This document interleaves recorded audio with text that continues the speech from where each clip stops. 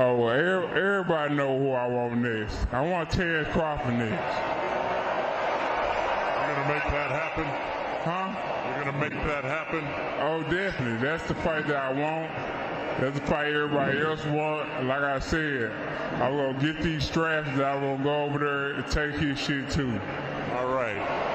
Errol, congratulations. Terrific fight this evening. Thank you, man. Now, strap season, I know what time it is, baby. Terrence, I'm coming for that motherfucking belt.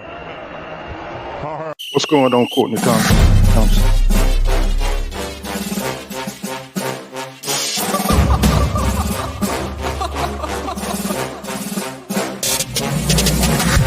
I'm not catching fades anymore. Gotta keep my hands clean when they come for the board. Keep it smooth like a dawn, making moves in the dark. Cause I learned how to swim in the pool full of sharks. Now they coaches, cause they can't read all his motions. How the kid never switched codes, but he code switch focus. Staring down your team with a frozen, ice cold look that could end the summer solstice. Cause I'm more like the top dog. Keep on running game and the gang will accost y'all. I be calling plays from a plane while I'm off court. But we ain't the same, you a lame, I'm a mob star. Actually, I'm a top dog on a stat sheet. Off court, but I call plays for the athletes. When the cop cars try to catch me, cause I rolled off in a taxi. Put my feet up, I'm relaxing. Singing Figaro with no accent. While I pull strings from the streets in. Do it all with a straight face, I'm the kingpin. Top dog, top flow, boss mode. I'm the kingpin. Showstopper, top dog, God vibe, I'm the kingpin. They know I'm a dog and a beast, man. Yeah, I keep the peace with a piece, man. I ain't got no time for a piece, man. Why would I respond to a pawn? I'm the... Hold up. If I let my dogs off the leash, they you might want to get out of Dodge by the evening. Honestly, they can smell the blood and the beef. If they don't leave anything behind at the evening. I can see you soft, ever thought about retreating. If you never have, then they'll give you a reason. Better watch your tone, lose your bass when you speaking. Underneath the mask is the wrath of a when you learn how to smile in their face, then go cutthroat. Then they wanna call you a con when the blood cold. I remember starving while y'all had a truckload. Now I'm with the mob with the call and the gusto. I'm a top dog on a stat sheet. Off court, but I call plays for the athletes. When the cop cars try to catch me, cause I rolled off in a taxi. Put my feet up, I'm relaxing. Singing Figaro with no accent. While I pull strings from the streets in. Do it all with a straight face, I'm the kingpin. Top dog, top flow, boss mode. I'm the kingpin. Showstopper, top dog, God vibe, I'm the kingpin. What's happening? What it do? What it do? What's going on, fellas? What's happening out there? Man, I've been working hard. Jesus Christ, man. I couldn't get in no live streams this week, but I appreciate everybody watching my videos and everything, man. You know what I'm saying? Not a whole lot happening in boxing, you know what I'm saying? Just a whole lot of trash talking, you know. I was looking at Chris Colbert and you know what I'm saying? Chris Colbert, man, he needs money, man. That's what it seems like to me, you know what I'm saying? Because he's talking about fighting Frank Martin, one of the best, one of the underrated 135 pounders. That's you know what I'm saying, at 135, you know what I'm saying? And a lot of people sleeping on him. What's going on, Tetch? What's going on, Darren? You know what I'm saying? Darren Sitstrun, I think it's Sitstrun. Yeah. You know, he's talking about, you know, I seen the video where the guy was asking him questions, that the reporter, and he was saying, you know, how he's gonna dominate, he's gonna come back and dominate Frank Martin, and the guy was saying like, bro, you're gonna dominate. You know, he didn't say this, but I'm just thinking this to myself. I'm like, you're gonna dominate Frank Martin, bro? Did you see your last performance against Hector Garcia? Right? You know what I'm saying? What's going on, Mike Biggs Boxing? Y'all subscribe to Mike Biggs Boxing. That's my brother right there. I love his content. You know what I'm saying? Check out his stuff over there. And so he's talking about, in his mind, he dominates everybody. Bro, you did not dominate Hector Garcia, bro. You got your ass for Lumaloon. You know what I'm saying? I was like, this dude, I mean, is he real?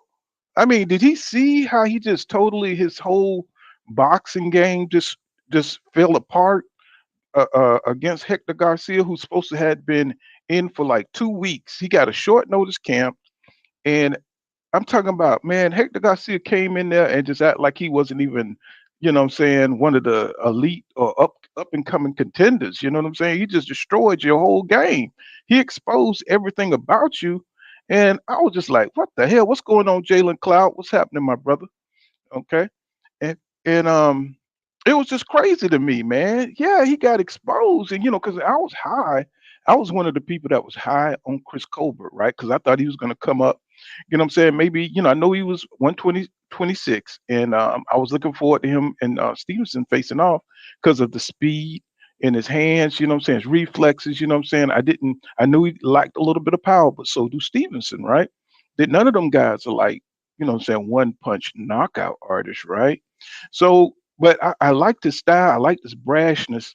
You know what I'm saying? I'm old school, so I didn't like the hair. Didn't like the hair. I'm gonna be honest with you. The hair was a little much. You know what I'm saying? It was like, because he always kind of, the way he come in, I'm like I said, I'm an older dude. He come in kind of soft on some soft shit. I don't like what these hot colors and all this shit these kids be wearing nowadays. And but that's besides the point. I'm not with the trends and stuff like that. The dude could fight, but he didn't fight anybody. Now I noticed that it's nobody on his resume I'm really familiar with like that, right? So when he came up against Hector Garcia, I said, okay, he gonna put hands and feet on Hector Garcia, right?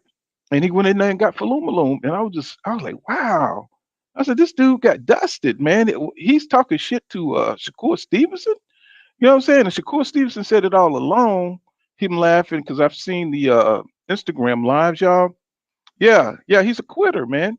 Um, I seen it. What's going on, Three Pumps? What's happening, my brother? So I saw the Instagram where they were just clowning. I think it was Keyshawn Davis and Stevenson, and it might have been. It could have just been them two. I forgot who the third person was. I thought it might have been him there, and they were just kind of like jonesing on him about, saying how his game was trash, and Stevenson said he beat up Colbert, outside the ring and shut him up, and saying that lately he's been getting into it with arguments with Gary Russell, and Gary Russell threatened to slap. Gary Russell always want to slap some damn body. You know what I'm saying? That little dude there, he got some anger issues. You know what I'm saying? He be wanting to slap the hell out of people. You know what I'm saying? Like he said, he slapped Terence Crawford, and Terence Crawford didn't do anything. So I don't know, what I'm saying, the real logistics behind that. You know what I'm saying? But it said some people were there. You know what I'm saying? When he was talking about maybe 2 years ago when he was talking about fighting Terence Crawford, and I don't think he could really match Terence Crawford in the ring. Gary's way too little, bro. You know what I'm saying? That would be like some kind of Gamboa shit. You know what I'm saying? He would decimate Gary just because on size alone. You know what I'm saying? Not to mention, what I'm saying, Terence Crawford length and his size. I mean, it would be a massacre. And I would hate to see Gary go. Yeah, he's way too. Did you see him beside Colbert? He looked small, but Colbert is a little tiny dude. And when you see Gary beside him, he looks like a goddamn giant. He looks like a goddamn giant. I was just like, wow. I was like, yeah, Gary is really small, bro. You know what I'm saying? So, you know, the dude is delusional though.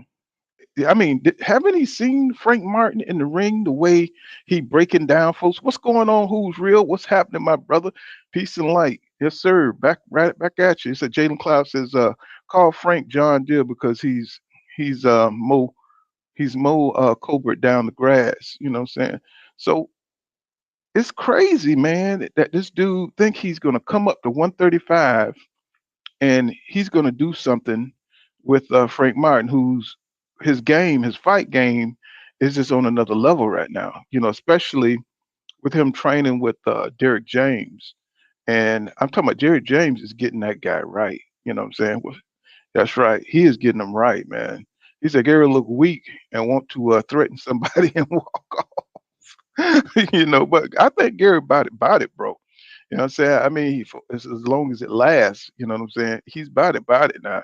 You know what I'm saying? The dude, I think he real with his shit because, he's on that 5% of shit. You know what I'm saying? Them dudes be dead serious. You know what I'm saying? I mean, they may not win the battle, but at least they're going to get it started. You know what I'm saying? And what's going on, Eddie 1050? What's going on? And he said, salute pool. What's going on? What's going on, fellas? You know what I'm saying? Yeah, man, I've been working goddamn hard as hell, man, this week. I just happened to catch that 34-hour reset. You know what I'm saying? So, I could do my live streams, And let me see. He said Jalen Cloud. He said Garrett's a bulldog. He sure is. But I'm disappointed with the way his career has went because he's such a great fighter, and he never did get that Lomachenko action back. He never did get that going back. You know what I'm saying? They needed to run that back. Now we're in the era of where fighters just want to beat you one time and get the hell on. Um, you know what I'm saying? But I think your boy Colbert has bitten off more as he could chew. He's talking about how, saying that fight is going to happen this year. He said maybe October, maybe December, right? Um, so he's in no working right now. You know what I'm saying? So that would be a good fight. He says, R&R Bobby D says, I really thought Bud was, yeah, man, we're going to get to it, man. We're going to get to that, man. You know, fuck it. I mean, bro, y'all seen the interview, you know what I'm saying, with Terence Crawford. I think he's a friend of Mo Hooker, right? And they all train together. And I saw where Mo Hooker was talking about in an interview with Fight Hype. He was saying how, Terence Crawford, he's a hard worker. And, what I'm saying, he's never seen anybody as smart as Terence Crawford in the ring, right? He said, what I'm saying, and then when he what I'm saying? I mean, I don't know. I've heard rumors of Terence Crawford, having a little rough time. You know what I'm saying with Shakur Stevenson and them because they're gaining steam, and what I'm saying they're getting better. Because they're working with him. They know all his tricks. They know all his moves, and those guys got high boxing IQs too.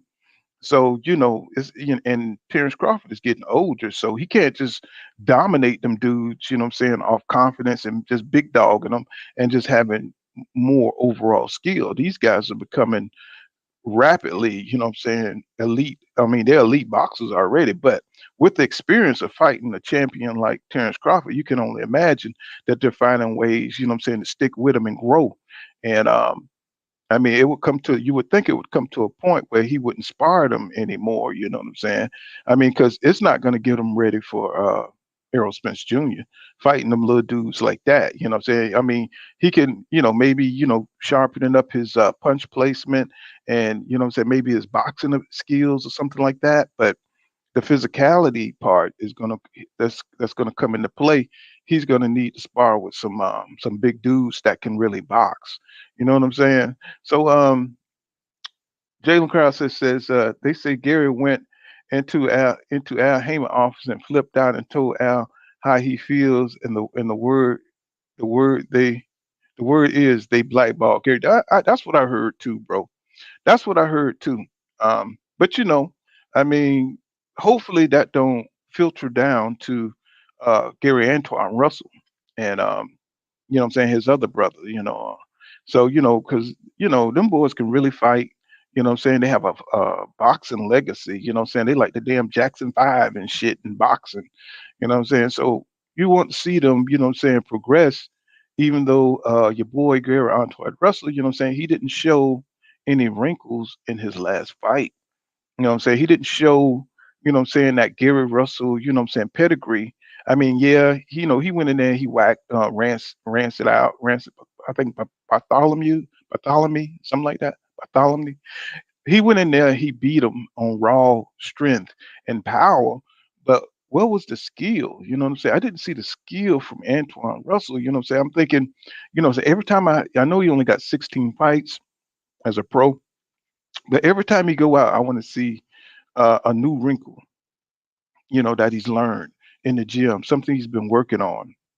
That's what I want to see from Gary Antoine Russell because once he gets up to 147, what I'm saying, we're looking at a potential Boots in his fight with him. We're looking at a potential Boots in his fight, and right now Boots is looking way more complete. Even though he got like double the fights that Gary Russell has. Gary has to be, that's where he's going to make his money, not at 140, 147. is where he's going to make his money. You know what I'm saying? Unless he fights somebody like a Regis Prograde or he fights somebody like a Josh Taylor. And I don't think they're going to give him that kind of fight right now because he's too dangerous right now. What's going on? What's going on, Lawrence Stanton?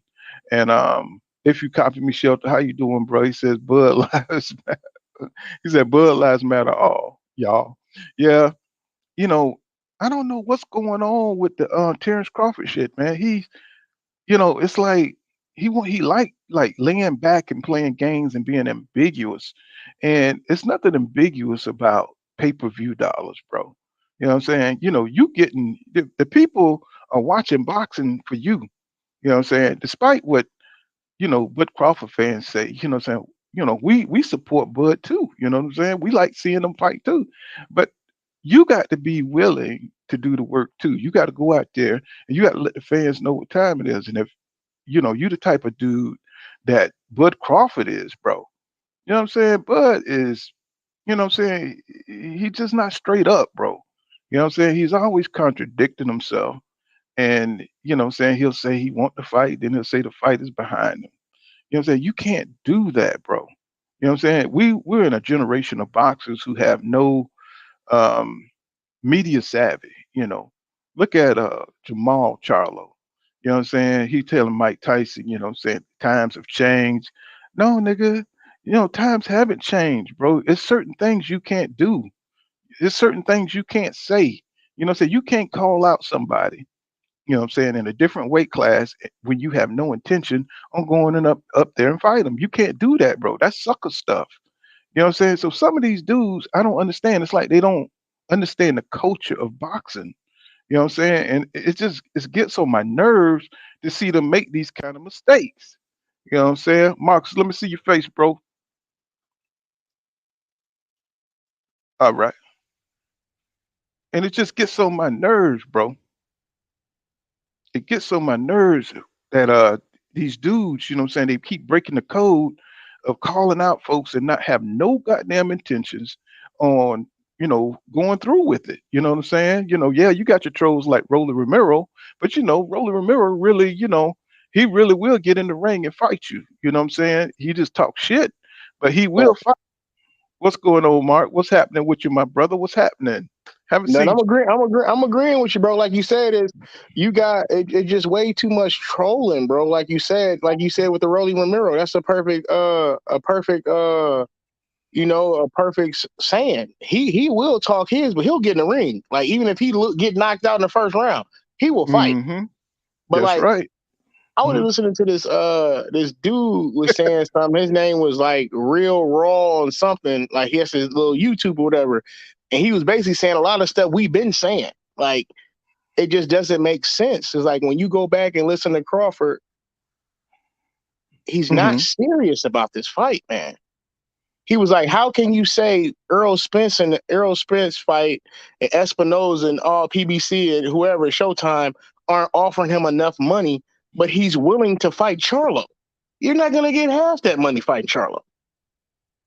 So how can it be a problem with you not getting enough money in the Earl fight, which would be your biggest payday ever, but you would take less money to go fight Charlo? It doesn't add up. And in my opinion, it seemed like they have a plan.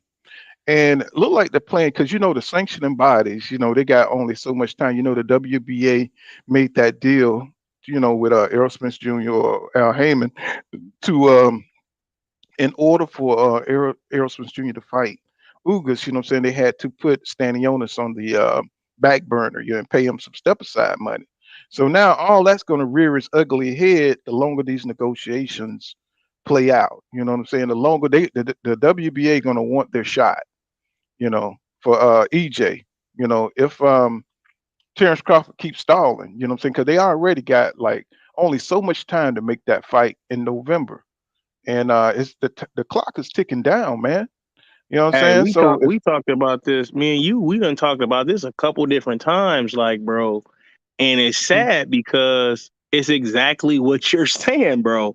Terence Crawford is only stalling out because pretty soon he's going to be forced. Excuse my phone run. But yeah, Terence Crawford is doing exactly what you said. Pretty soon, Earl's going to be forced to fight one of his mandatories. Guess who? Guess who? Terence Crawford want him to have to fight. Who? Boots. He want him to have to fight him. Now, with them moving Keith Thurman ahead, now he really ain't got nowhere to run. See, that's what it is. The whole time, Terence Crawford is just trying to starve him out that belt. That's what it is. It's not even about the money. Bud wants to starve him out. You know why? Because Bud Undisputed doesn't mean nothing compared to Earl's if Terence Crawford is on Earl's wall with his head. You see what I'm saying? Right. Terence in a lose-lose. So being he's in a lose-lose situation, he's trying to outsmart them by not taking the fight by all means. Think about it. When he was with Bob Arum, right? They got past all the better fighters by lowballing them, right? As in the other fighter said, I'm not fighting you for that shit, right? Right. So in this time, he doesn't have the power on the side of the business side with his promoter turning people down. So now on this end, he has to ask for too much money. Therefore, they don't make the fight. It's smoke and mirrors, like Earl said years ago. It's just smoke and mirrors. You know, I say that all the time, you know, and see, you know, Errol, he's not the type of person that's going to sit there and he's going to explain everything to you. You know what I'm saying? He just knows it makes sense. When he went to Bob, he said, y'all smoking mirrors because, and I'm going to tell you why I think this, because they knew what Errol were asking to change his plans. He told them what his plan was, and he knew it was a 60-40 deal on the table. To change my plan, 60-40, just like Roy Jones told Bernard Hopkins back in the day, 60-40, I knock your ass out.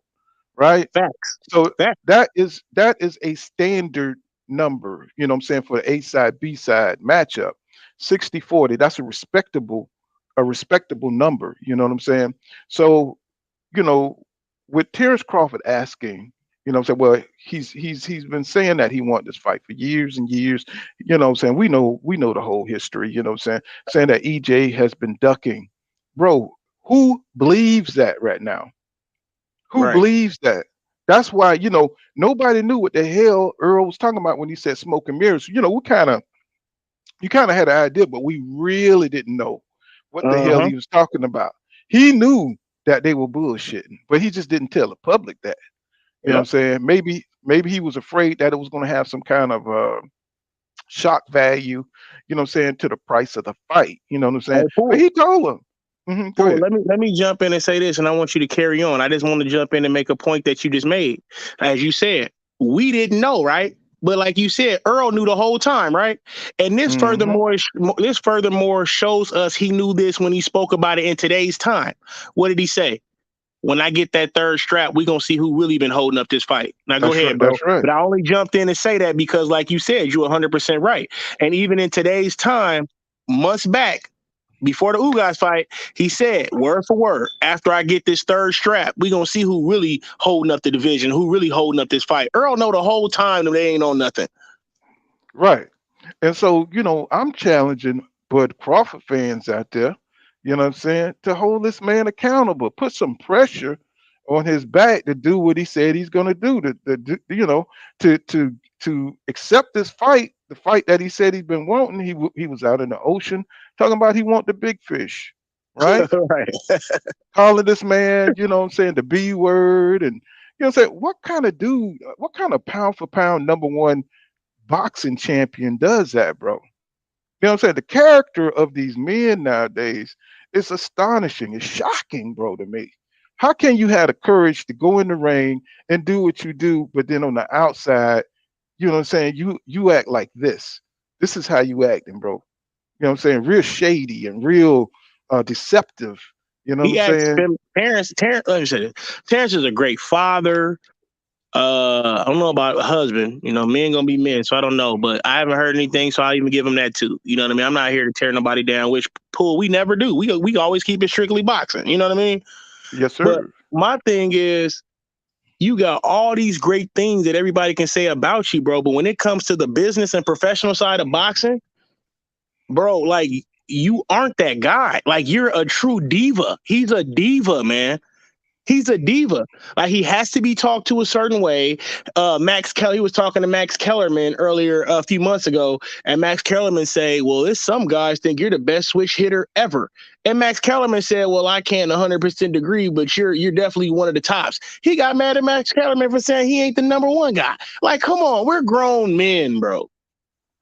Like, he just too much of a diva. Like, I gotta get. So you mean to tell me if Bud beats Earl, he's the only man in the history of boxing to be a 2-time undisputed champion. His name will live on forever, and he could even get in on the curve of being the best ever, just to accomplish something nobody's ever accomplished, right?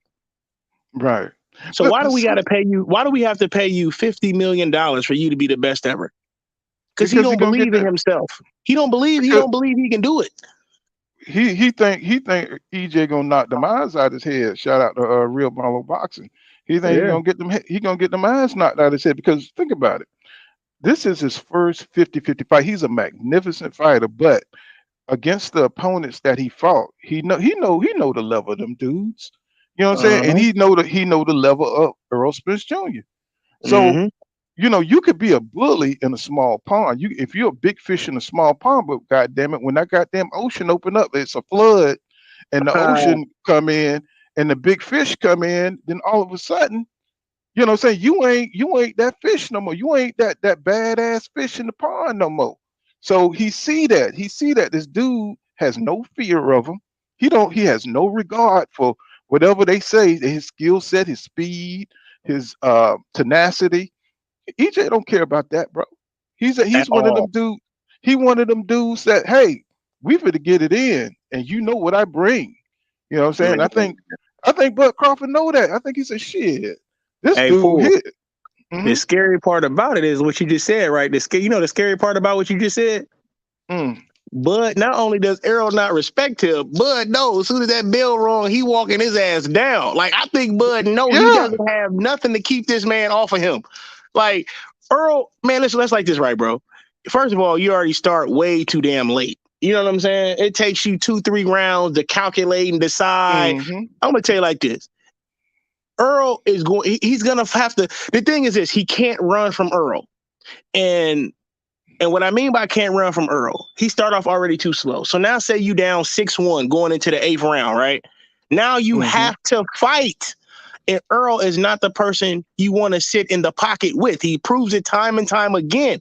And when Earl get to beating up on that body and start beating up on them hips, and now you can't move like everybody think you the best mover, and you got to sit there and take them blows, this might be one of his easiest fights. And I'm sorry that the fans probably don't agree, but this might be one of Earl's easiest fights because Terence Crawford is tailor-made for him more than we think. Terence Crawford throwing all them loose-ass combinations, and Earl's so fundamentally sound, he coming straight down the pipe with all straight shit. He gonna hurt that boy bad. And I'm talking about Earl. Not only that, Mark, because, you know what I'm saying, people don't understand that Errol Spence, he deflect punches, you know what I'm saying?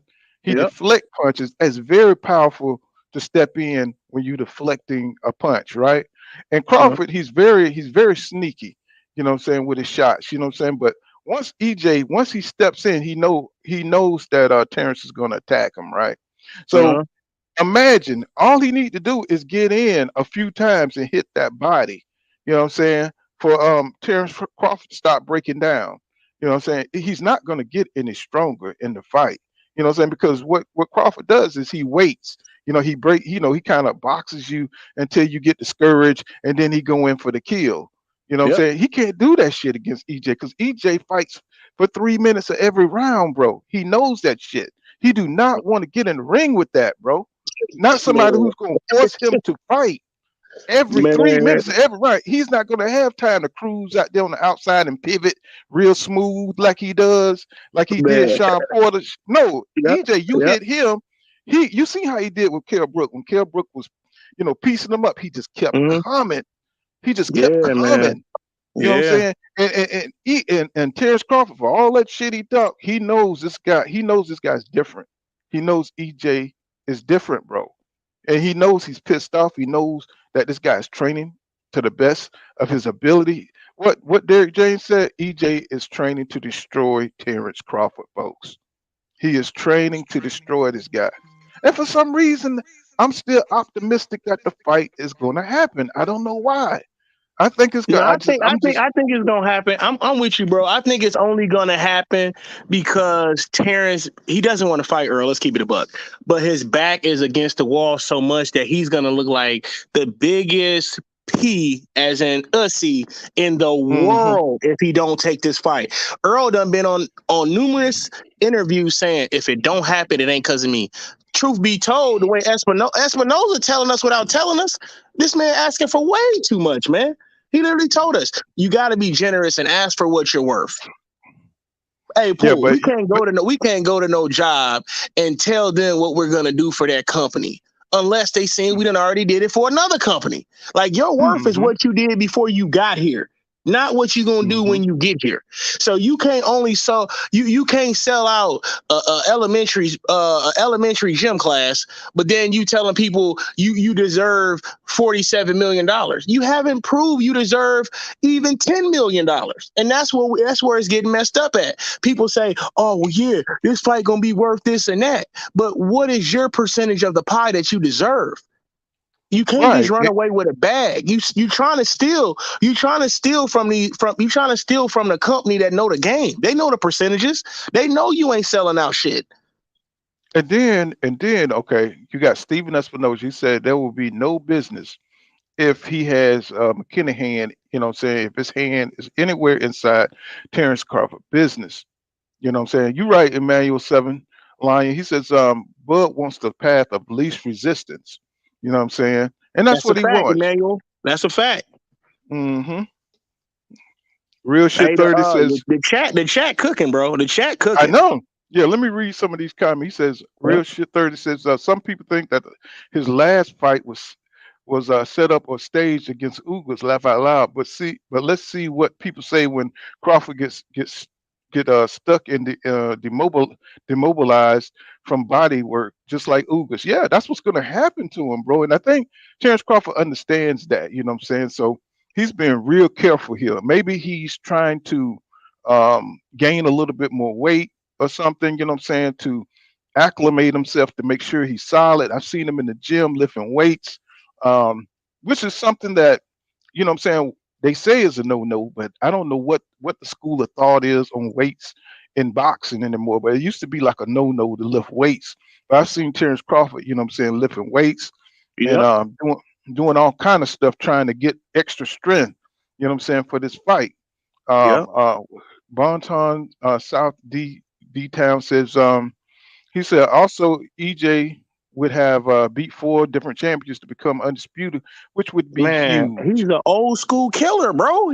EJ is an old school killer, bro. Think about it. Think about everything I went through, bro. Everything I went through, and I still beat 4 champions. And out of 4 of I done beat he about because he gonna beat the shit out of Terrence. We already know that. But as of right now, we just count the belts he got. I done beat 3 champions individually. I beat 3 champions, and out of 2, I done broke their eye sockets. Terrence, you're Yeah, next, and you know it. I'm breaking your shit too. yeah, and he beat him, and he And beat him in their prime. Sean Porter, you lucky I was having fat boy camps and I wasn't taking this shit serious, or I would have broke your shit too. That's what I'm saying. And Earl out here and he having fat boy camps, out here hanging with celebrities, ain't even taking mhm, it serious and still whooping y'all. Now that he back yeah, on track, see, I feel sorry for Bugs because you should have called Earl when we was out here partying and drinking when y'all was talking about him. That's when you should have made the fight. You fucked up by letting Earl get back to his senses after this car accident that saved his life and changed his life, and he had his son and all that too. It's the wrong time to fight that man now. I'm telling you, he's going to seriously hurt Bud. Bud's going to the hospital after this fight. Mark my words, and Bud is not going to pick up that rematch. Mark my words. Charles Corner says he has the last belt. It should be automatically be mandatory. Well, the sanctioning bodies don't work like that. They got their own mandatories within, the saying their belts, and they would never get together and really organize like that.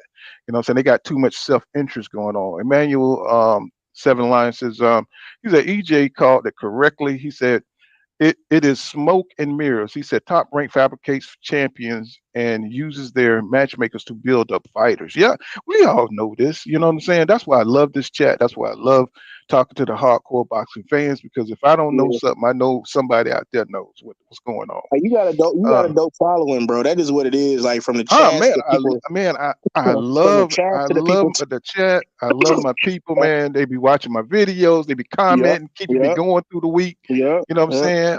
Hey, quality over quantity, bro. Hey man, hey, if you And rock with me, and man, it's going up daily. you know what I'm saying? Hey, you know what? I'm not even in this for that, bro. You know what I'm saying? I It's a know lot of we just having fun talking. it's a lot of folks be, you know what I'm saying, a lot of content creators, they be on some other stuff, bro. But I just Yeah, keep off to myself, bro. I don't even get yeah, involved in it, bro. Because I'm too old for that. You know what I'm saying? yeah. These You people laid be back going now. back and forth. You know Yeah. what I'm saying? I'm like, I never been like that, bro. I'm ex-military veteran, man. I got Look, kids, look, look. man. It's like, Hey, look, you talk about ex-military veteran and all that. Look, you was straight to the point type of guy. Look, I'd rather you hit me in my face and argue with me. right. You know what I'm You know saying? It's what like I I'm be saying? like tripping on some how these grown men be acting, Yeah. bro. Denny Hey, peep Flowers Eric is Johnson. Peep Eric Johnson. He said, talking about Bud's energy's changed. He talking about he used to root for EJ and the amateurs, and now EJ can make adjustments. Keep that same. Hey, bro, you 100% right. Keep that same energy. You right, because remember back before Earl ain't this and he ain't that. Now, if you think about it, man, Terrence bigging up Bud in every interview. well, let me say, Terrence bigging up EJ in every interview. No, well, he see, can. He can turn it up. He can do this. He can do that. He do make adjustments. Like that, but he's scared, let me bro. tell you what's happening is you watching a champion that has plateaued, right? You're watching a champion that has plateaued. You know what I'm saying? You know, he's in the gym with these young up and coming elite fighters such as Stevenson, and he sees where he's declining. You know what I'm Uh saying? huh. When you fighting up against, you know what I'm saying, top elite other boxers and they getting the best of you. You know what I'm Uh saying? huh. You starting to get worried. You know what I'm saying? I'm pretty sure there was Uh a huh. point in Ali career when his sparring partners, like Larry Holmes, he couldn't keep up with them. You No know what I'm fact. saying? I mean, he taught them all they know in sparring.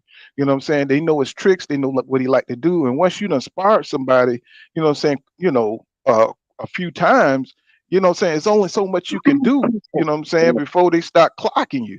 You know what That's I'm a saying? fact. Because they know what you're gonna do. They used to your Yeah. moves. You know what I'm saying? That's why Roy Jones Jr. didn't want to fight his sparring partner who dropped him. You know what I'm saying? Because Because he he know sparred. everything about him. Right. He knew exactly how he was gonna move, and I forgot what that guy name was. He was a southpaw. I forgot his name, but yeah, he didn't want to fight him, but he had to face him, and he Yeah. dropped Roy. You know what I'm Yeah. saying? Because he know exactly what Roy's gonna do. And what I'm saying is, I think Bud is starting to see slippage. You know what I'm saying? He know that Errol Spence Jr. is now at the top, the apex of his game. He hasn't plateaued yet. He's still You going know up. what's scary? What's scary to what you said is you use the exact right person. I'm gonna tell you this: if you even listen to Shakur Stevenson, yeah, he give one thing about you know Mm-hmm. what? I got so much Mm-hmm. I, respect I for I saw Shakur that. Stevenson. No, listen, I got so much respect for Shakur Stevenson because he still tries to keep that respect he has for Bud as a big brother, but also in Mm-hmm. the same breath, you can listen to him until he be beating the shit out of Bud, bro. And guess who? And guess who? Shakur has a similar style to that Terrence know. Crawford. Who? uh Shakur has a similar style to Earl, as in everything off the jab, this, that, southpaw, like defense, high guard from time to time, like work rate high, like rolls I off for never really thought about that. punches. Yeah. So if this dude had just beat, listen to me. When you listen to Shakur, go back and listen to him when he's asked about Bud. He always start off with giving Bud the highest praise ever. Or, yeah, when I first started, he used to beat the hell out of me, man, until I went home crying and had to figure it out. He only doing that to show you, but today, man, I'd be destroying this dude, man. You see what I'm saying? And to what you Well, said, it does go back to what you well. said, bro. He's seeing himself decline fighting these guys. Mm-hmm. Yeah. I, I, Yeah, I so think I think he knows. I think he sees himself slipping. You know what I'm saying? Especially in that orthodox position, and he's not as good as he once was in that position. You know what I'm saying? And I don't think it's going to work. You know what I'm saying, against a fighter who's on the rise like EJ. And you know what I'm saying, I hope that this fight happened. I hope that this fight happened. But if Terence Crawford think that he can't beat EJ, you know what I'm saying, it just may not It just may not work, man. It just may not. Let me read this here. Real shit 30 says he said the same thing is saying he's scared to fight. Spence, either way you look at it, it's not look at it. He's not trying to go down in history for losing in what's supposed to be the best match at 147. And I believe Fact. that too, That's a bro. fact, I bro. believe that But too. You know what I'm yeah, saying? hmm Jay Cooley says somebody he else says said in their jealousy and comment. envy. Oh, go ahead. Go ahead. Yep. Jay Cooley says jealousy and envy. What's going on, Jimmy Chan? He said these cats too rich to be turning down fights. Man, That's a fact. you could never be too rich for generational wealth. On one Yeah, hand, you're I right about that. respect Bud Crawford for you know what I'm saying, being that dude out your family. You need one dude in your family to sacrifice, and he did that. And he got his family out of poverty, and he's taking care as a man, he's taking care of his family. You know, on the other Hmm. hand, you know, I want him to care about the legacy of boxing, not that 140 legacy, because he's a special fighter. It's different for him. You know what I'm saying? A Yeah, special fighter, you know, you got just like Roy went up to heavyweight. You know what I'm saying? You know, even though he didn't fight the best heavyweight, but he kept yeah, taking those challenges. You know what I'm saying? He came back down and fought Tava after shedding all that muscle. You know what I'm saying? He beat him the first time and got knocked out the second time, right? But you know what I'm saying? We need to see that kind of spirit out of Bud, is what I'm saying. Hey, That's what I Paul. want to see. Hmm. Paul. Hmm. I'm This here. would it come down. This would it come down to, big bro. This is what it come down to, bro. It Hmm. comes down to this. If you're going into a fight with Earl and you're 100% only chance to beat him is knocking him out, you lost. Like you lost. Hmm. I'm not saying Hmm. anybody can't be knocked out. I'm saying if you know it's no way in hell I can beat this dude on a card, I have to knock him out, bro. You already lost. Like Hmm. Bud's not dumb, bro. He knows I have no chance at beating this dude. Because this is the thing. The scariest part about this fight is Bud actually catching Earl with something flush, clean, and wide open, and it don't phase him. That's gonna be a nightmare for Bud right then and there. Yeah, Because you can see him. everybody talk about it ain't Bud's power. It's the flash that you get caught with and to shock you. You see what I'm saying? Hmm. And then half the time, if you notice, Bud ain't just stopping people. But I mean, as in like he's knocking them out 10 count. No, he's getting them technical knockouts. As in he'll buzz you and then he'll do this 87 piece combination and catch you with out of 87 shots. He may catch you with 4 or 5 of them and the ref jumping away and stop it. Don't get me wrong. Hmm. Sometimes he Hmm. do be hurting. Sometimes he do, hit a guy a couple times and he buzzed a little bit. But when you go back and watch these fights, bro, some of them technical knockouts, them guys was buzzed. They wasn't even hurt. Some of them, you know what I mean? Hmm. Like, and the ref jump in and just stop the fight. Let me get this You super know what I mean? chat Go by ahead. Yeah. Mike Biggs Boxing. Y'all, hey, please, if you have time, please go over there and subscribe to Mike Biggs Boxing. He's another real one. You know what I'm saying? There's a few of us here, you know what I'm saying, just love boxing. You know what I'm saying? We cover it. You know what I'm saying? We read up on it every day. Mike Biggs Boxing got some great content over there. He says, shout out to Pool County Boxing, y'all. He says, I appreciate your content, brother. He said, you are the epitome of how a grown man king should be. He said, blessing to you, bro. He said, salute to the panel and chat. Thank you for that, Mike Biggs Boxing. You know what I'm saying? I can't be no other way, bro. You know what I'm saying? I've been watching boxing for over 40 years, bro. You know what I'm saying? So it ain't nothing to me, you know what I'm saying, but to love this sport, you know what I'm saying? And I love to see other people, I thought I was the only one because boxing it was such a niche type sport. A Mm-hmm. lot of people didn't know about it. And so, the internet, came along, and now people who love the same kind of genres, you know what I'm saying, can get on and just obsess about boxing. You know what I'm saying? And it's just a wonderful thing. What's going on, Don Pansky, Yolanda? How you doing? You know what I'm saying? So let me see. I done skipped a lot of goddamn comments. Let's see. What's going on, Renzo Patterson? He says, y'all hear Blair Blair sideshow Cobb got into the altercation with Bud earlier today. I didn't see that, man, but man, he's supposed to be fighting on the undercard of Virgil Ortiz coming up this weekend. And what's the dude he's fighting? Damn, I just did a damn video on him. That's sad. Um, Damn, Blair is fighting who? Who is Blair Cobb fighting? Man, I just did a video on shit. Um, anyway, you know, saying he's gonna get. They say Blair is the. They say he's the favorite in the fight. Damn, who is he fighting? Jesus Christ, I can't Ain't even think. nobody. He the favorite. Well, no, let me see, man. This is sad, man. You know, I just did a video on the dude, man. You know what I'm saying? I tell you, when you get old, it's sad. Let me You know, Blair. And don't see. get me wrong, Blair decent too though. But Blair problem is he talk too much. You see what I'm saying? Like, just be you, like Rolly. Like, Okay, Mo Hooker. That's right, Mo Hooker. oh I'm yeah, sorry. he is fight Mo Hooker. And that's why Terence Crawford. I, Terence Crawford is a yeah, friend of Mo Hooker, so he's all over Mo Hooker camp, trying to, helping him train and everything. He better be concentrating on his damn self. You know what I'm saying? That's what he gonna need help with. You know what I'm saying? He gonna need help with his damn self instead of trying to help Mo. And every time Mo go out, he get his ass falumaloon.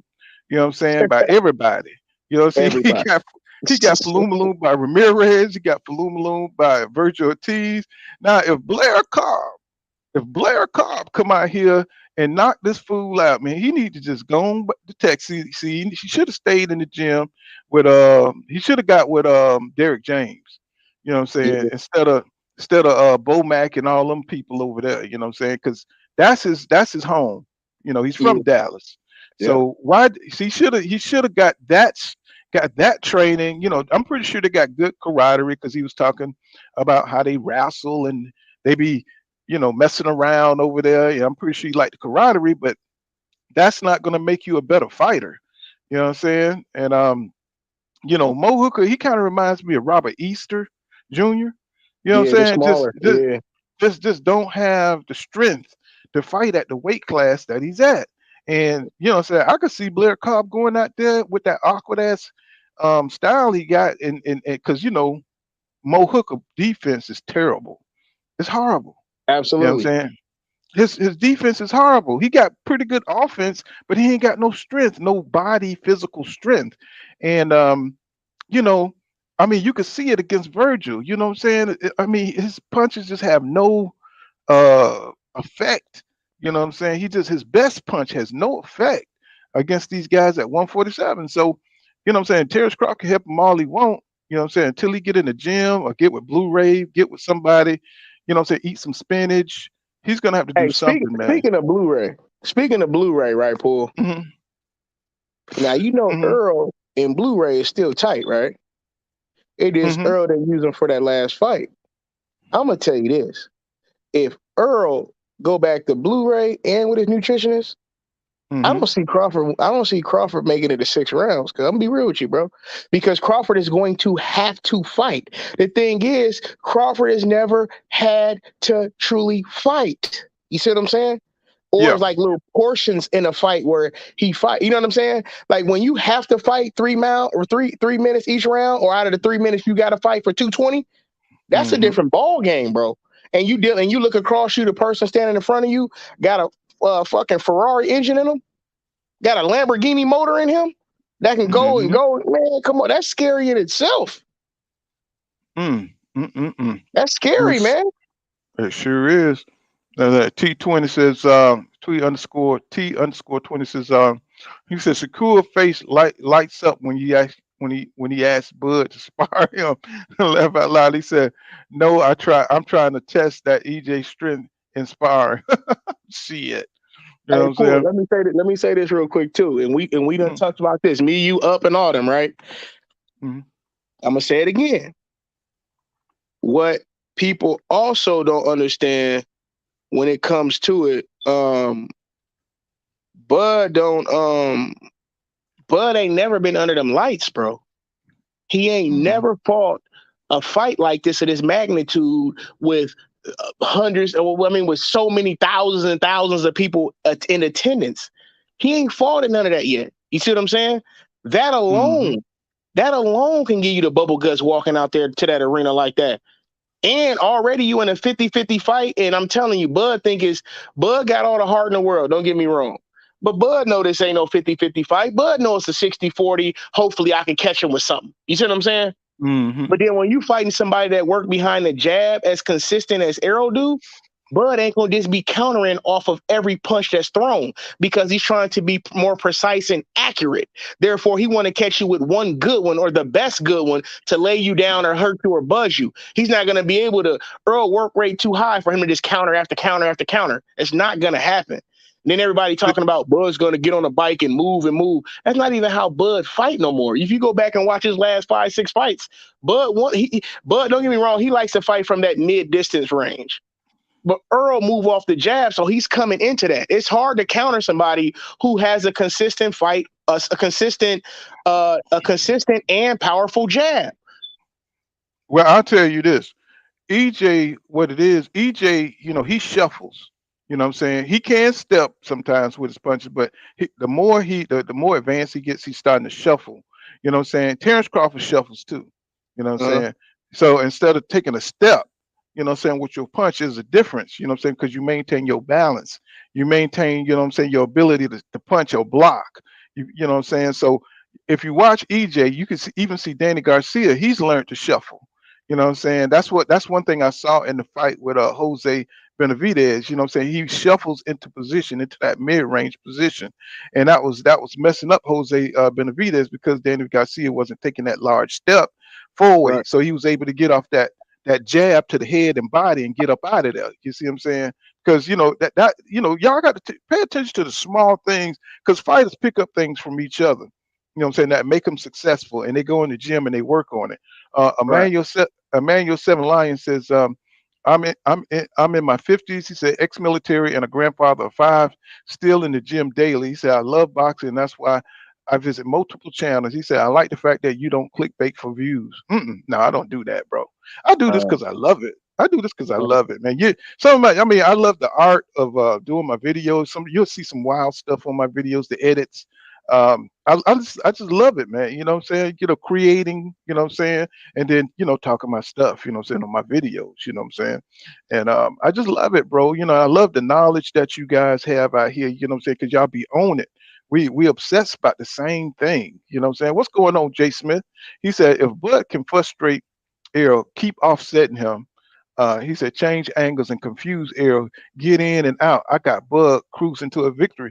Now that's going to be interesting to see if he can do that. He just said a whole lot of ifs, though. That was like 7 different ifs. But that would be the way, though. That would be the way. Oh, for sure. I'm agreeing. If Bud could do that, but see, the problem is, Jay Smith, is that EJ understands this too. You see what I'm saying? He understands that he has to. He understands that Bud needs time. He needs space. Fight. Yep. He understands that Bud needs space and time to think. See, like Hank Lundy was saying. You know what I'm saying? He said, Bud like to catch his breath when he's out there, when he's away from you. He's catching his breath, you know what I'm saying? He's conserving energy. You know what I'm saying? But EJ, he's going to step to you. You know what I'm saying? He said, what you going to do when you got a bigger man on top of you, constantly punching you for 3 minutes of every round? You see what I'm saying? It's almost going to be like one of those amateur Olympics type of things, where them motherfuckers just going at it the whole way, trying to outdo each other, trying to score on each other. You know what I'm saying? Just constant action. You know what I'm saying? And Errol has that amateur, that Olympic amateur pedigree. He has that experience. You know what I'm saying? So he knows what it's like to get in there and out hustle you and outwork you. He had to do it. If you could go back and watch his Olympic trials right here on YouTube and see, he was in there trying to kill, you know what I'm saying, fighters in there. He was trying to knock them out. You know what I'm saying? When all they were doing was little punches, little pity pat punches and moving, and that's how you win in the amateurs. But it's constant pressure, constant action. You know what I'm saying? For 3 minutes every round. You know what I'm saying? So let me see. Charlo's Corner says, see that BS? It's only makes sense. These sanctioning bodies need to get it together. They getting paid either way. How can we make fights like this, the same weight class, be mandatory? Yeah, you know what I'm saying? It's, let me tell y'all something. Boxing, and we all know, one thing we know about boxing that is not fair all the time. You can see by the franchise belts. The franchise belt, what the hell is that? That's a belt so the top guys who making the money with the networks can duck, you know what I'm saying, real competition, so they can stay on top and keep making money. That's what Canelo did. You know what I'm saying? He beat the politics of boxing. You know what I'm saying? Yep. And he was able to escape the smoke. You know what I'm Yep. saying? So he would have Also, never made it if he had to yep. fight Demetrius Andrade back then. He would have never made it if he had to Yep. fight Jamal Charlo when he was down at Yep. 154. He would have never made it. I don't care what Purposely though. people say. Yep. So it was a Also, plan. Eric Gill asked in the comments, because I think it was around the time I was talking, he said, what? How is this not a 50-50 fight? Okay, reason why I don't think this is a 50-50 fight is because, and I'm pretty sure you know too, because Eric Gill, I'm pretty sure you know too, because everybody talks about Bud, he's stopping everybody and all this. My thing is, to me, it's not a 50-50 fight. To me, it's not a 50-50 fight if you're banking on knocking somebody out. It's not a 50-50 fight if that's your only way of winning. I'm pretty sure, Gil, you a big fan of the sport. You do not see Terence Crawford winning by decision. Half the fights Terence Crawford in, he's already losing before he switched to go to southpaw or before he get him out of there. Or it's a nip and tuck fight, and he's fighting math teachers and soccer coaches. You see what I'm saying? So what I'm saying is, if it comes down to him having to win by actual decision, Errol's work rate is way too high for that. And him engaging with Earl can get him knocked out, because everybody knows, if you're a real Bud fan, you know he's chinny.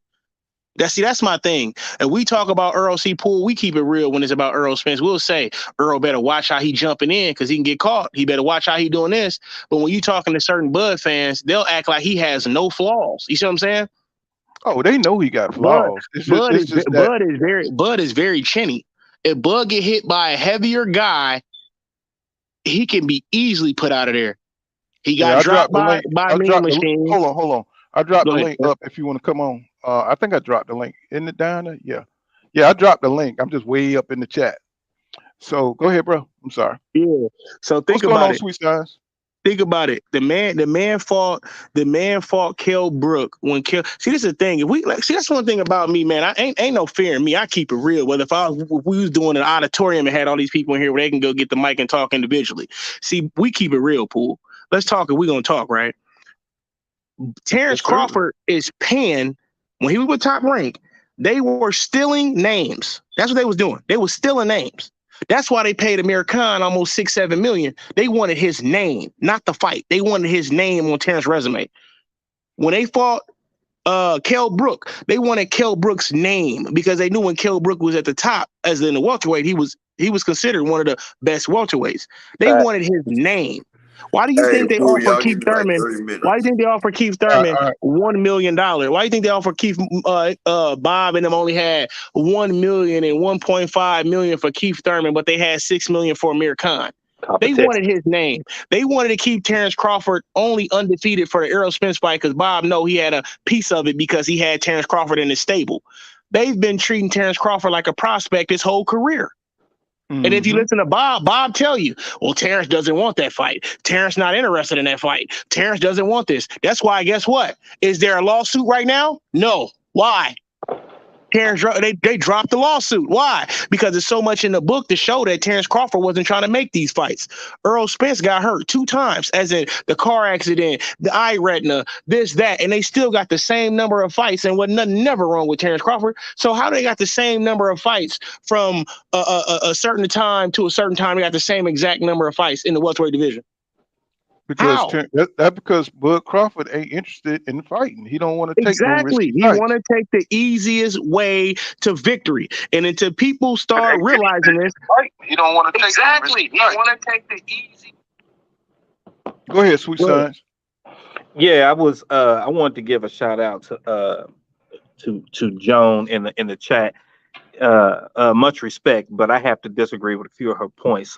She was saying that EJ was dodging Terence, and I just thought that was false. I think that the people over at PBC, Al Heyman, them, they know how to really make matches, man, and they know that the best time for this fight was to go ahead and go for undisputed. So that narrative that EJ was ducking him, I mean, it's clearly untrue because EJ wants to fight now. So I mean, Bud he's kind of, saying down the line and no, it's coming soon. He doesn't seem too sure that he really wants to fight, so he's gonna have to show us by signing that contract.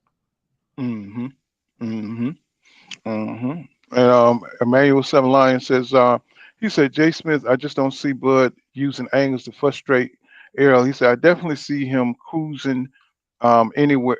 I don't see him cruising anywhere but to the hospital and back of the ambulance.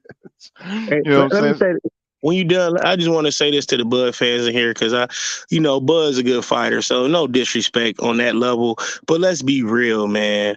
They've been doing any and everything to get this man the easiest fights possible. Some of the fighters Bud fought, they had to do a 2 to 3 week press conference to let us even know who the hell the dude he was fighting was. Oh, yeah, he did this back in 2017. He was the number one in this over here. He the top guy over in Ireland. Like, bro, like, come on. Listen to me. I'm a man at the end of the day. I have children. You see what I'm saying? If EJ was doing some of this stuff that Bud was doing, I would not be an EJ fan. You see what I'm saying? Or I got to keep it real to the ones that call a spade a spade. Like, Bud, ain't the energy changed. How you out in the ocean looking for the big fish, but you ain't in your promoter office trying to send a contract over? See, I'm a realistic person. Just have a Bud fan really line up their resumes, man. You look at the people that Earl Spence beat. Every person in the last 6-7 fights can whoop everybody on Bud's resume, man. That just shows you the level of competition. So, I mean, man, fight some true champions, man. Go ahead and sign that contract with EJ. And then what did Bob Arum say? Bob Arum told us. He's been telling us we have the what do you say? What do you say, Poole? The best matchmakers. Hey, chat. Hey, y'all in the chat. Bob Arum been telling us for years we have the best matchmaking in boxing. And then look who Terence Crawford been fighting. He ain't lying. What do you think that Terence Crawford don't want this fight because he knows at the end of the day, it comes back to this. Terence Crawford ultimate superpower is he can go orthodox, and then when his fight don't go his way, he can switch and get you out of there because now he done switched up your entire game plan. Reason why he don't want to fight Earl because he know now when he switch, it's not a superpower no more. Hold on, let me get this super chat. Upper Echelon Sports Bar. Y'all please subscribe to Upper Echelon Sports Bar. He says Bud says down the line Shakur can't teach power. Isn't that the truth? We were just talking about that. Yep. We were just talking about that. And Terrence Peter says, Bud clearly said, he says clearly in an interview, anyone worried about percentage is not confidence in their ability to win. And in the fight, he would take any percentage because that's confidence. He said, I don't get the hold up. Well, that's the thing. That's what I'm thinking the hold up is so those mandatories can start cooking. You know what I'm saying, on EJ's belts. You know, he's got the IBF, the WBC, and he's got the WBA. And the WBA they're gonna want their shot. And they're gonna start hollering see soon if they can't get this fight made. Because Showtime's coming out with this. Showtime's coming out with their schedule, so time is moving on. See, you only got a pocket of time to get certain fights made until they push it the next year or something like that. Exactly. And nobody don't want to hear no next year when we've been geared up for this fight all year long. You know what I'm saying? They know they're gonna lose the momentum here soon, just like the Manny Pacquiao. Let me say this behind you. When you done, let me know, bro. I just want to say this because I'm agreeing with everything you said, and I just want to add to that. Mm-hmm. Well, so go ahead, my man. Go ahead. No, I was just tying it up. Yeah, like you said, when it come down to it, bro, Terence Crawford is that jealous friend you hang with every day. He see you getting money, he see you living life, and he going back. Yeah, he think he all that blase blah. Like, the man is a hater. The man is purposely holding out this fight because why? Before Keith Thurman got put in that number one spot, it was Boots. And in Terence Crawford's mind, Boots can beat Earl, or he would know that's a good enough fight to where it's anything can go 50-50 fight. Then he don't even have to fight Earl because Boots took his straps. Now he can say, well, that fight ain't there no more. I'm about to just move up or retire. See, Terence Crawford only slick to the ones who follow him. I'm not a follower. I see what he's doing. The man is hustling the sport. I'm not mad at you for getting your bread, but what you doing is you robbing the people for the best fight in boxing. You're taking all day stalling, asking for money you know you're not going to get because, like you said, Poole, pretty soon they're going to say, well, time is up. We gave you guys 7 months to make the fight. You didn't. Now, Earl, you got to fight this person or that person, your IBF mandatory or your WBC mandatory. Like, Terence Crawford is not slick. I know what he's doing. That's why Earl said smoke and mirrors. And when I get this third strap, we going to see who holding up this fight. Mm-hmm. That's truth. Eric Johnson says Bud better run. His ass is smoked, and he knows it. You know what I'm saying? So, it's just kind of crazy, you know what I'm saying? Because think about it, y'all. You know what I'm saying? All these fights Bud's been able to make with no problem. You know what I'm saying? He's been able to make the fight with Thomas Delorme. He's been able to make the fight with Ricky Burns. He's been able to make the fight with Ndongo. He's been able to make all these fights with Aegis Kavalasis, his mandatory, with Sean Porter, with Kell Brook. But with EJ, he has a problem. You know what I'm saying? With EJ, all of a sudden, there's a problem. What's the problem? Okay, he never did business with the PBC before. But the PBC has always wanted Terence Crawford. So, the business model of the PBC was to block out and take over, make sure that fighters who do not want to sign with them, to put them in a pinch hole to where they have nowhere to go but the PBC. So now that's what all promoters want to do. You know what I'm saying? That's not just Al Heyman. That's Top Rank. That's Bob Arum. That's Golden Boy. They wish they could do the same thing. That's why they sued Al Heyman for taking all the fighters, right? They tried to make it seem like they had a monopoly. You know what I'm saying? And they couldn't prove that in court, and it failed. So, so it's not, Terence Crawford got this thing about PBC being EJ Network, but it's not, bro. EJ is just another contractor. You know what I'm saying? Just like Canelo came over to the PBC, made a shitload of money and hauled ass. You know what I'm saying? Back to wherever the hell he went. You know what I'm saying? He could do the same thing. You know what I'm saying? It's just pure ignorance. It's pure ignorance. You know what I'm saying? To look at a company just because somebody's over there working, you know what I'm saying, or doing business, one of your opponents or a guy that, you know what I'm saying, you don't like is working over there and he's contracting now. He's not a signed dude, he's just contracting. You know what I'm saying? Just like everybody else. You know what I'm saying? And he's being advised. Why Bud can't be advised by Al Heyman? Don't he see all the success that these dudes are having? No, bro, you're right. Do you know why? Do you want to know why, though, Poole? Everything you said is 100% correct. It's the fact of who we talking about.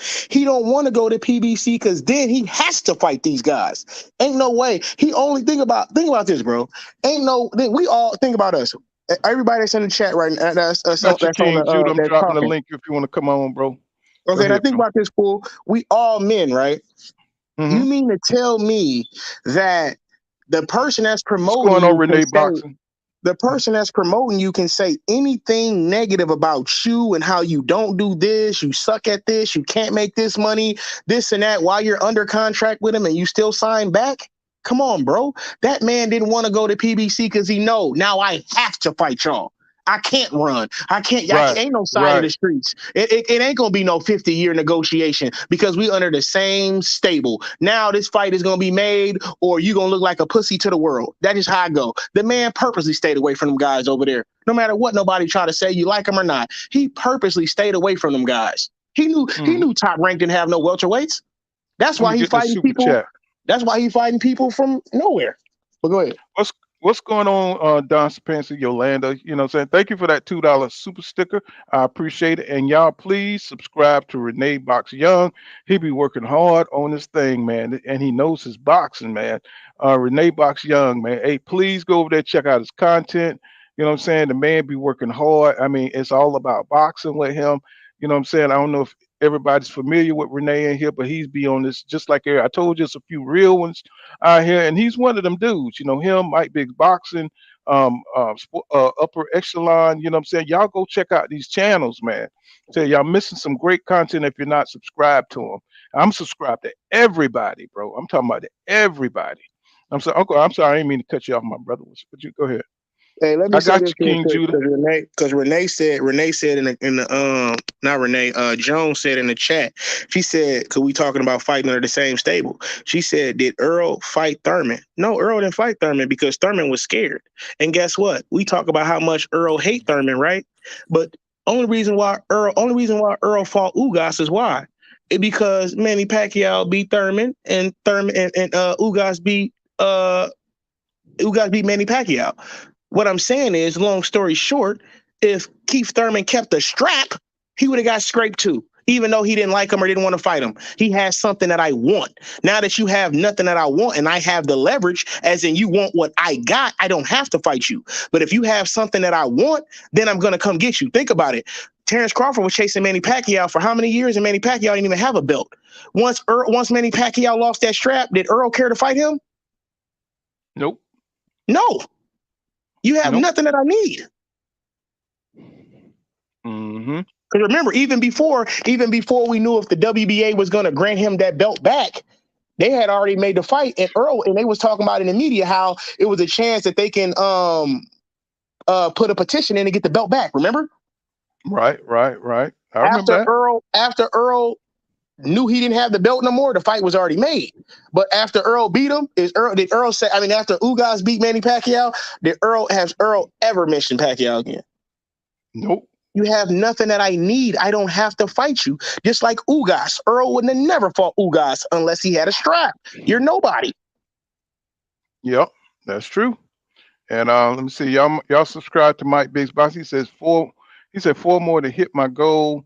He says YouTube, say show your love. Hey, everybody, please, if you got time, go over to Mike Biggs Boxing, let him hit his goal. He just need 4 more to go, please. You know what I'm saying? What's Mike, going on? I just did it, bro. Real Shit 30 says, thank you for that super chat, my brother. You know what I'm saying? We growing, man. We are definitely growing. You know what I'm saying? That is what's up. You know what I'm saying? That is definitely what's up. Man, did y'all see this bullshit with your girl? I mean, I don't mean to change the subject, but your girl over here in Russia, man, like she got 9 years for that's crazy. drugs. Man, what is going on? That is going on. But yeah, man, you know what I'm saying?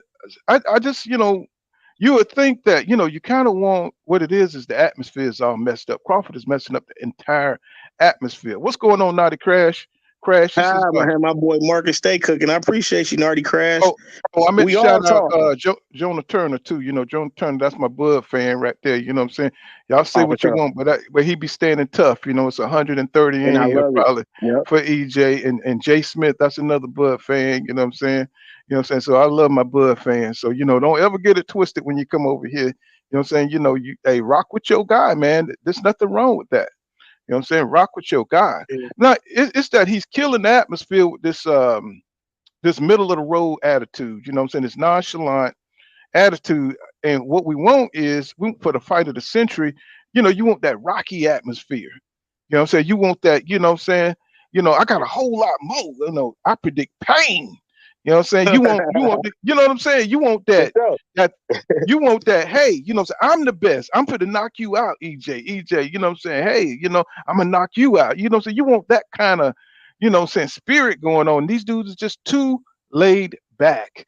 You know what I'm saying? They just too, you know what I'm saying? There's nothing to feed on. You know what I'm saying? When you talk to Terence Crawford, he's trying to be so, you know what I'm saying? He's trying to be so, I mean, I ain't saying act like a clown. I'm saying talk your shit. You can talk your shit in a normal tone. You know what I'm saying? Hey, man, I'm just going to beat EJ. You know what I'm saying? I'm just going to go out here. I know I'm the best in the world. I'm pound for pound number 1. I was undisputed at 1. You know what I'm saying? Talk that shit, Terence Crawford. It's like, here and they always go to the extreme. You know what I'm saying? You got to promote yourself to a certain degree. I'm not saying be a Rolly Ramiro. You know what I'm saying? But I'm saying sell the fight, bro. You know what I'm saying? Sell the fight. Let people know. I mean, if you wasn't in negotiation, you talk more shit outside of negotiations. Oh, you know my God, bro. Good point. You talk too much shit out of negotiations to all right, now don't sting me here now. Say I saw your face.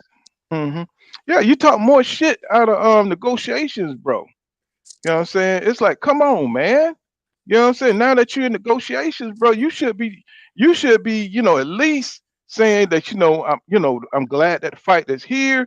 You You know what I'm saying? Now I'm gonna show you, just like he said to Sean Porter, I'm gonna show you why I'm pound for pound the number one champion. That's all you need. Just say that against EJ. You know what I'm saying? That man, you understand what kind of energy it would have been in the building if he would have came up to Earl after that Ugas fight. He said, "Hey man, good win, but you know what? I'm not Ugas. I'm not Hey, Ugas." listen to what you saying, Pool. You 100% right, bro. You know we do this, Pool. You know we all do this. The thing is, bro, that man didn't listen, bro. That man purposely missed that fight, bro. He knew what was going on. He knew Right. after that fight they would have had Terence Crawford on the jumbotron.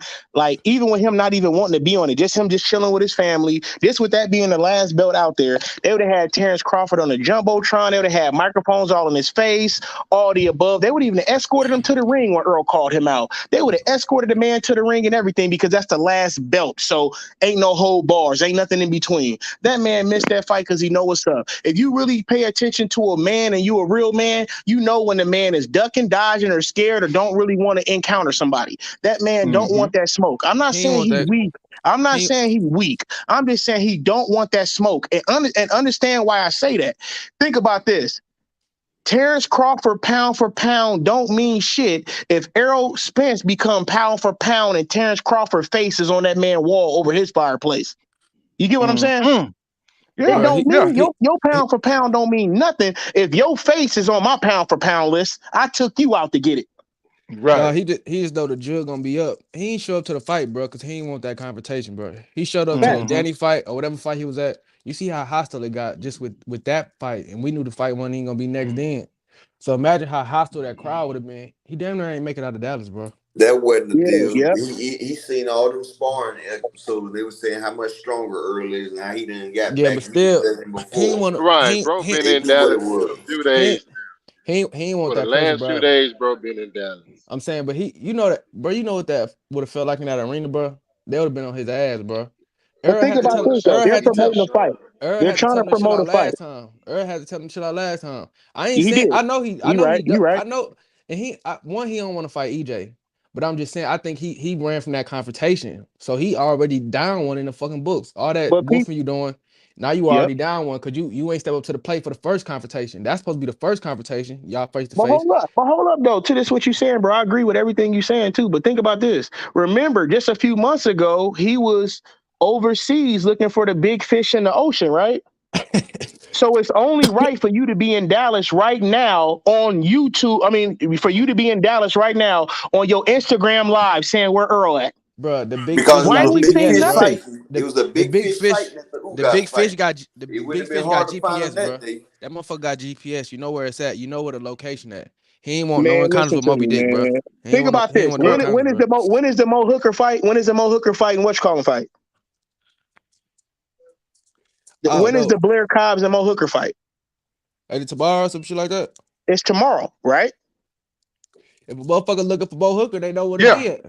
Okay, so think about this. It's tomorrow. So we ain't got no indications of Cuz jumping on Instagram saying, you know where I'm going to be at tomorrow. Let's see if he go live tomorrow and that's where Earl at now. See, this is the time you need to be doing those antics, not before the fight was even discussed. This is where you do those antics to have even the people that's cheering for you to be on your side like, yeah, I told y'all Bud wasn't scared. Or I told you Bud didn't change his tune. Now watch tomorrow be a regular day. He going to be on Instagram talking about Call of Duty like he be talking about. Bro, I don't know which one of y'all said this, bro, but Bud no, he ain't gonna be EJ, bro. Cause one, the trainers, bro, Derrick James is like Bill Belichick, bro. You not finna beat that nigga without no game plan. Bud don't go into no fight with no game plan. You can't beat Earl or Derrick James without no game plan. You can't beat him going in calling audibles every play, bro. You're not gonna win like that, bro. Even Sean Porter had a game plan, but that motherfucker ain't work. But he had one. You know what I'm saying? Terence Crawford don't never go into fights with game plans, so he going into uncharted territory, bro. He got a plan for this shit. That's because he relies. That's because he relies on his athletic ability. You know what I'm saying, to figure it out. And he's that so shit much is fleeting. better. He's so much of a better athlete than most fighters. He's quicker. You know what I'm saying. He's got quicker feet. You know what I'm saying. So he's able to just go in there and feel people out because he's so much better. You see what I'm saying? The man fighting movie janitors, bro. I don't want to hear that, bro. I'm telling you, bro. Like Earl's finna go in there. It's gonna be like Roy Jones on a decline. He gonna make how Roy Jones start looking regular, bro. He gonna have him looking like that, bro.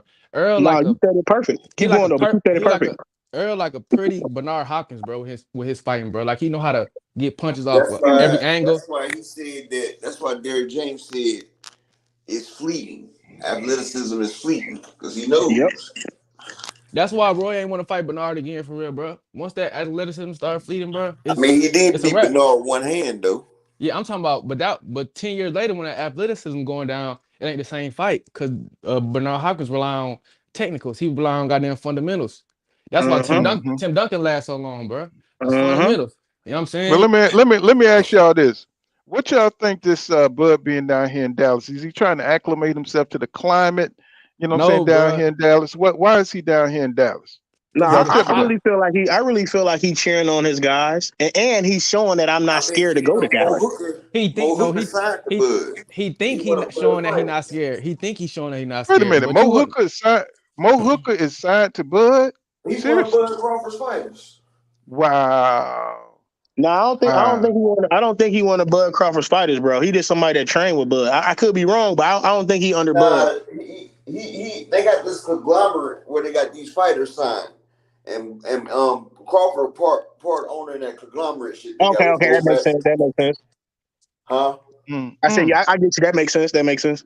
Yeah, they got this conglomerate. They got like 12 fighters. Well, I mean, if he's so goddamn busy, bro, you know what I'm saying, backing up his fighters, why can't he sign his goddamn contract, bro? What's up with that, bro? Why can't he just sign the contract? You know what I'm saying? And he get a rematch. You know what I'm saying? He could get the big money. I know EJ said he's only going to fight one more fight at 47. That is the crux of it. You know what I'm saying? Maybe he can't get a rematch because EJ only want one more fight at 147. But it would be great. I think it would figure out a lot to give Okay, him a they can do claw. 147 and take it up 154. That way we can Mm-hmm. see how you in the Mm-hmm. new weight. Both of us in a different Mm-hmm. weight. We both can Yeah, that acclimate you to know the weight. what? Wow, that's true.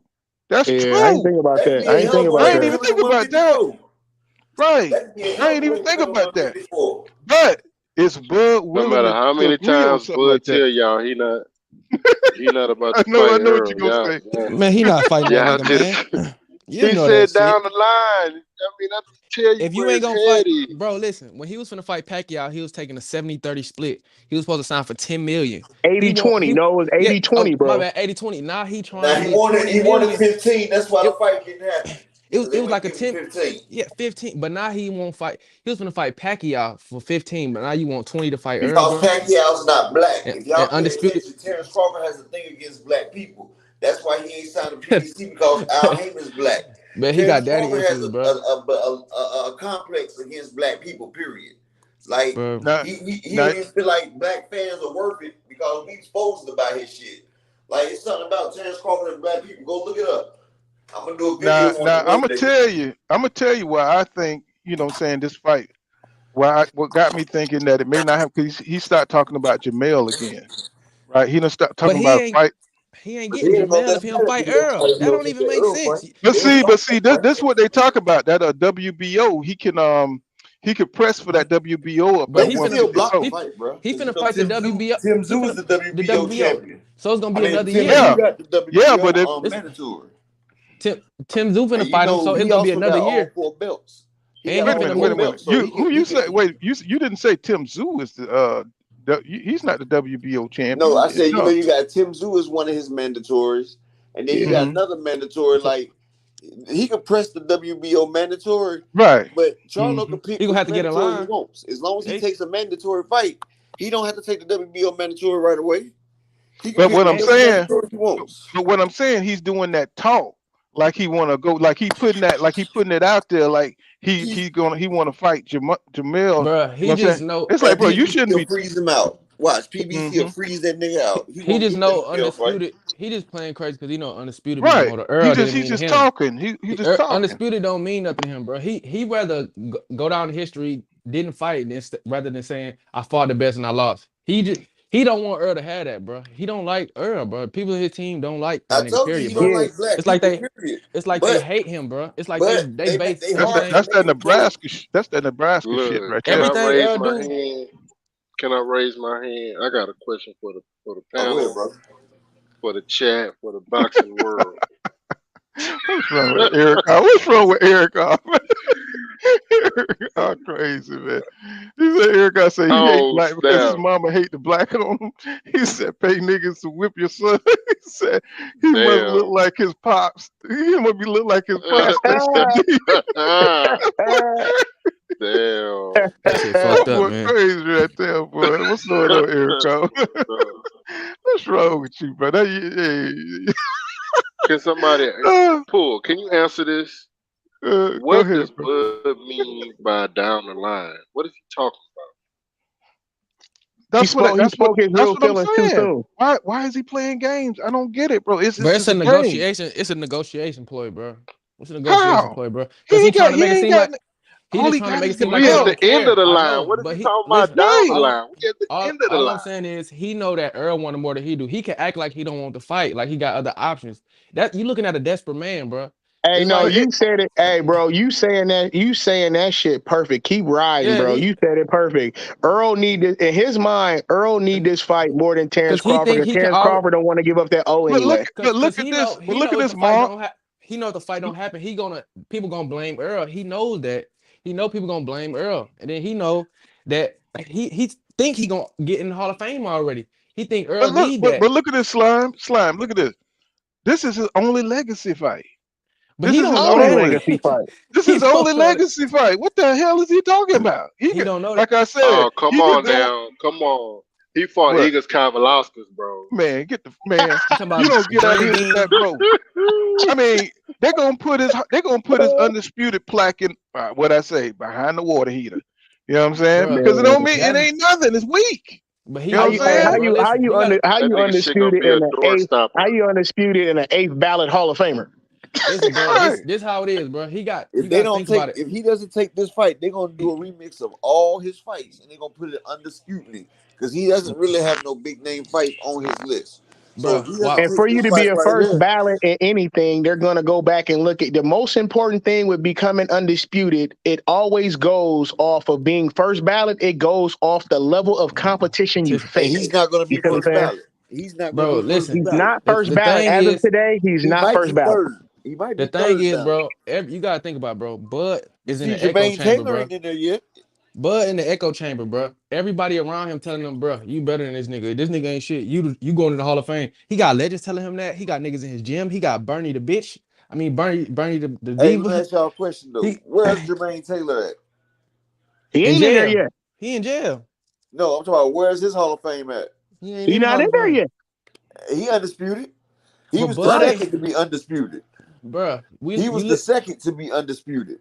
This is a delusional man, bro. And A guess man that's what? talking about he Bernie, needs. hey, look, guess What do what? y'all One think thing. about this comment right here by Jones Turner? You know what I'm saying? He says I can answer this for you. You said this fight will happen later this year. They want to keep building the fight interest by pretending it won't happen. What do y'all They think making about that? people. They making I people Well, hope I I mad, hope, hope bro. I you're hope right. so, I Joan. hope you're right. Joan, hey, Joan, if that happens, I'll pay for your fight, buddy. No, real talk. I'm real talk. I'm serious. Yeah, real talk. But Bro, I Eric, think it's bigger than I that said I'm because gonna pay for 3 fights on the my the, on the my thing page. what I'm saying too, I understand what he's saying, but they got to give people time, bro. I'm big off reading body language and people's aura, bro. When you look at Terence Crawford in all these interviews, bro, I can tell when Mm-hmm. somebody's smirking what it mean. I can read people body language and aura, bro. That man gives off the 100% vibe, as in I don't want to fight him. Good. Oh yeah, I can see that anyway, bro. I see his body language. His body Mm-hmm. language, like that is not a fight for me, bro. Like I can tell, like bro, you can tell when a nigga front and he know a nigga gonna beat his ass. And he knows that nigga gonna beat his ass, and he like shit. He got that Keith Thurman energy, bro.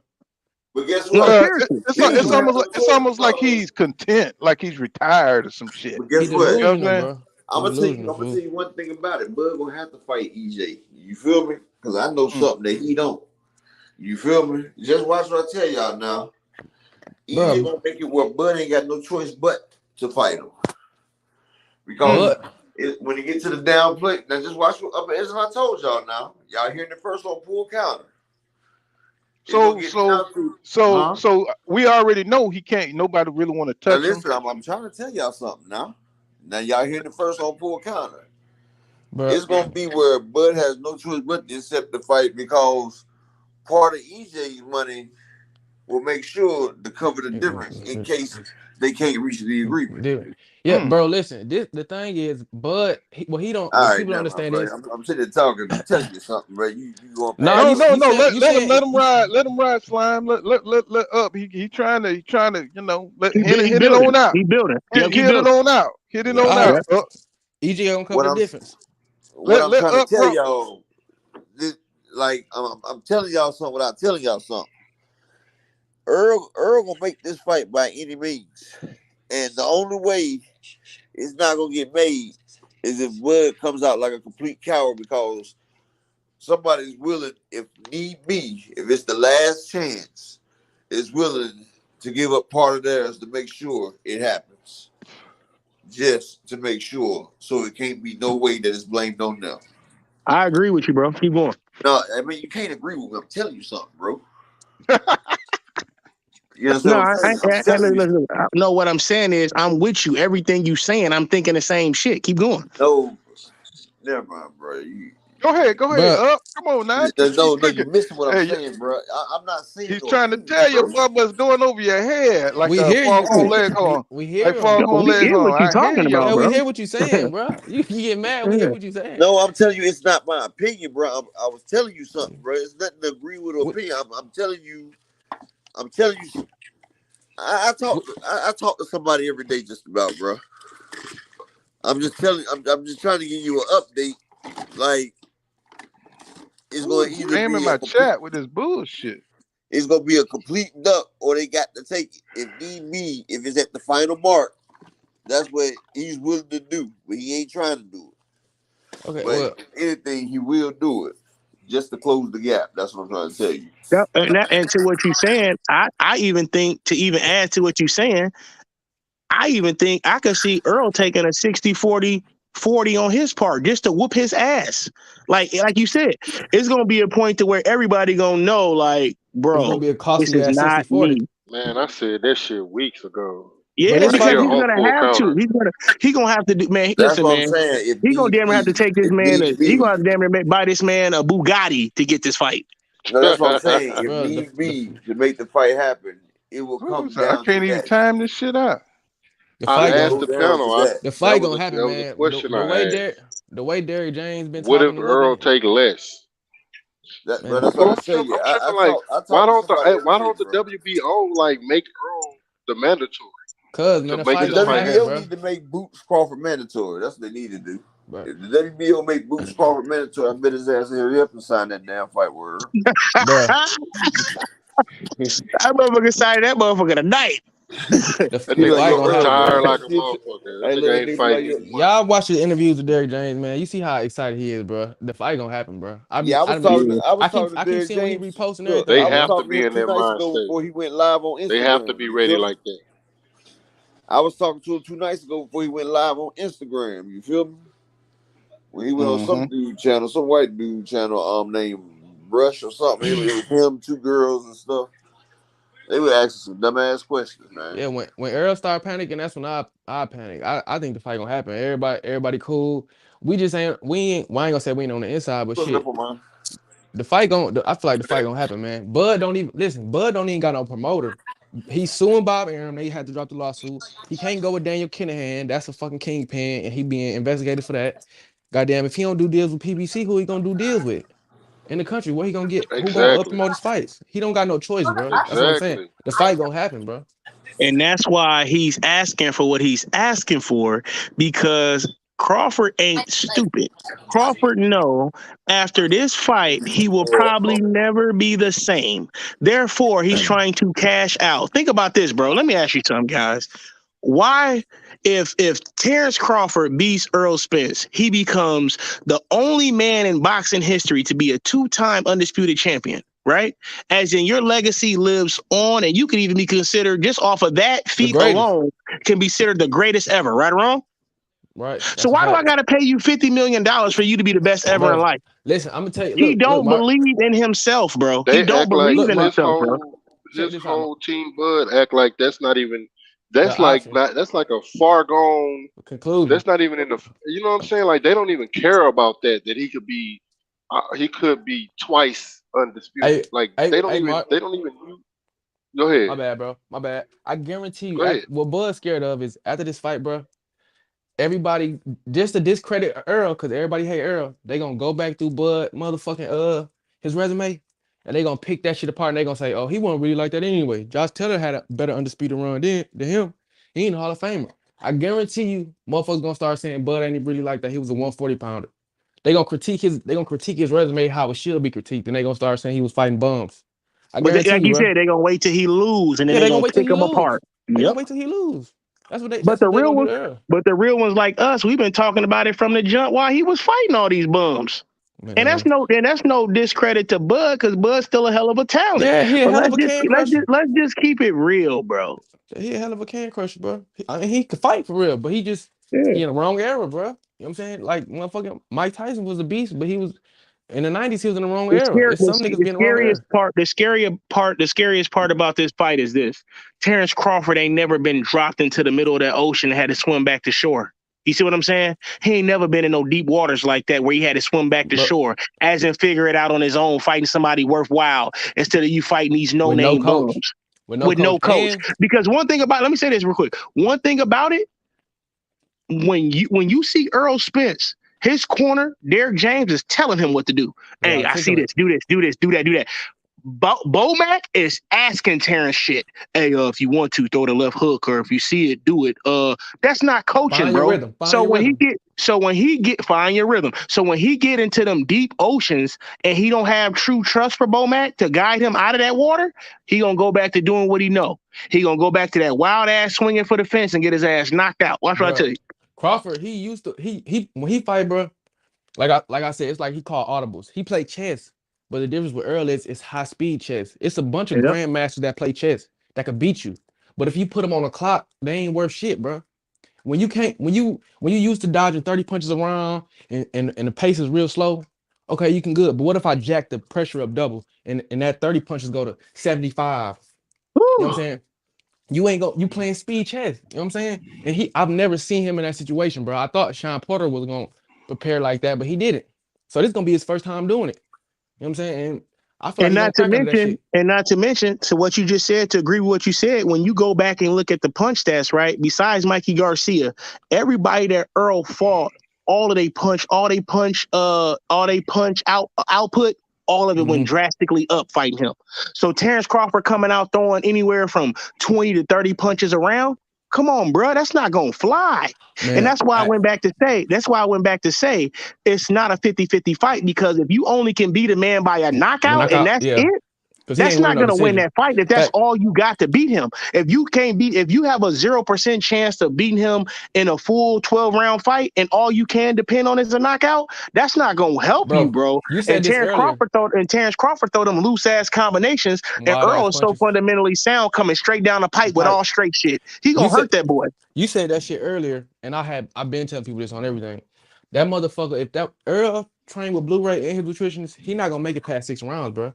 I'm saying, real talk. And if every Bud fan that you ask them how Bud gonna win, they always say a knockout. So like you say, they don't know no other way. All they gonna say is about knockout. You know what I'm saying? That's his only way if he get clipped. So it ain't a 50-50 fight for real. It ain't like you said, bro. 50-50 fight is I can knock you out. It's a chance I can knock you out. It's a great chance I can knock you out, and it's a great chance I can beat you on the card.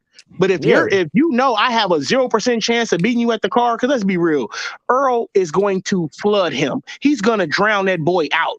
He can't keep up with that pace, bro. He know that shit, bro. And then when Earl get to beating up on them ribs and start taking out his hips, and now he can't run and move like he used to, and he got to sit there and fight like Ugas had to. First of all, Bud is not as big as Ugas. Gonna be talking about he threw as in heavy, he's not big as Ugas, and his chin ain't half as good as Ugas. I'm telling you, he's gonna hurt that boy in there. He gonna hurt him. And let me tell you, hold on, Sly. Let me tell you this. I think EJ is training for coming in at a high. He's gonna set the pace high. He's gonna come in. No, I think he's gonna come in with a super pace. You know what I'm saying? And I think he's gonna come in there to try to take Terence Crawford out. And I think Terence Crawford ain't ready for it, bro. I don't think he's ready for it. I think that EJ, from what Derek James said, he's training to destroy Terence Cause Crawford. this shit I'm personal, saying bro. I miss what Up said. Cause I got my phone had died. What did he say? What you said, Up? He ain't What did Oh, he yeah, okay. say? he went off. Yeah, He went off for I'm a about to say second. that I in a think. minute. But bro, I think because this fight finna be personal for EJ, bro. Because like he said, he see 100%. everything and he put it on his Yeah. bulletin board. People be forgetting. They act like Terence Crawford just been calling out EJ.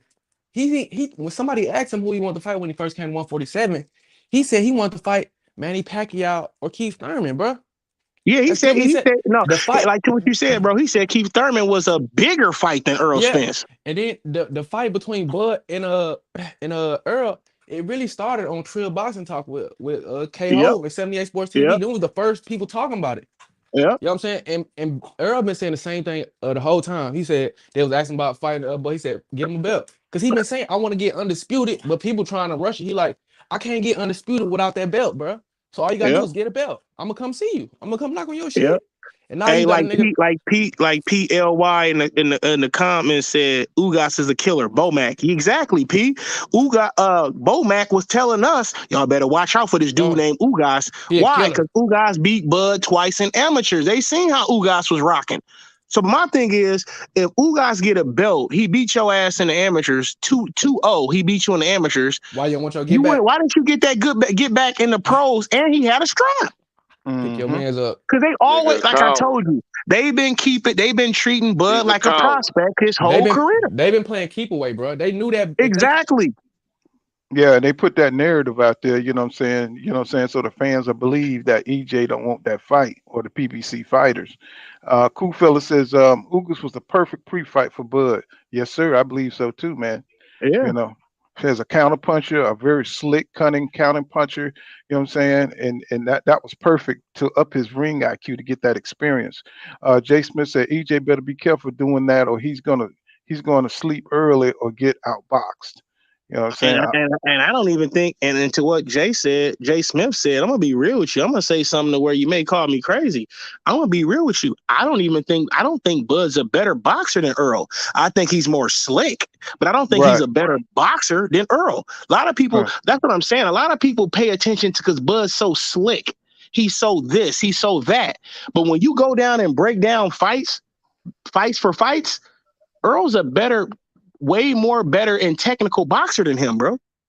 Yeah, sometimes fun to see people like style. Especially in the black community, so we like the Pernell Whitakers, we like the Roy Jones Jr.'s because they style and they were good with that style. The Muhammad Ali, the style, slick style. You know what I'm saying? That's always been not slick though. He always getting beat up. Well, what it is he's got the speed. He's he's got that speed. He's got that quickness. So he's got that athletic. He got hand speed. Right. He got hand speed. He got hand speed, but he don't have a head movement. Like no, he used his legs just like Ali did. He used his legs to get away from danger. You know what I'm saying?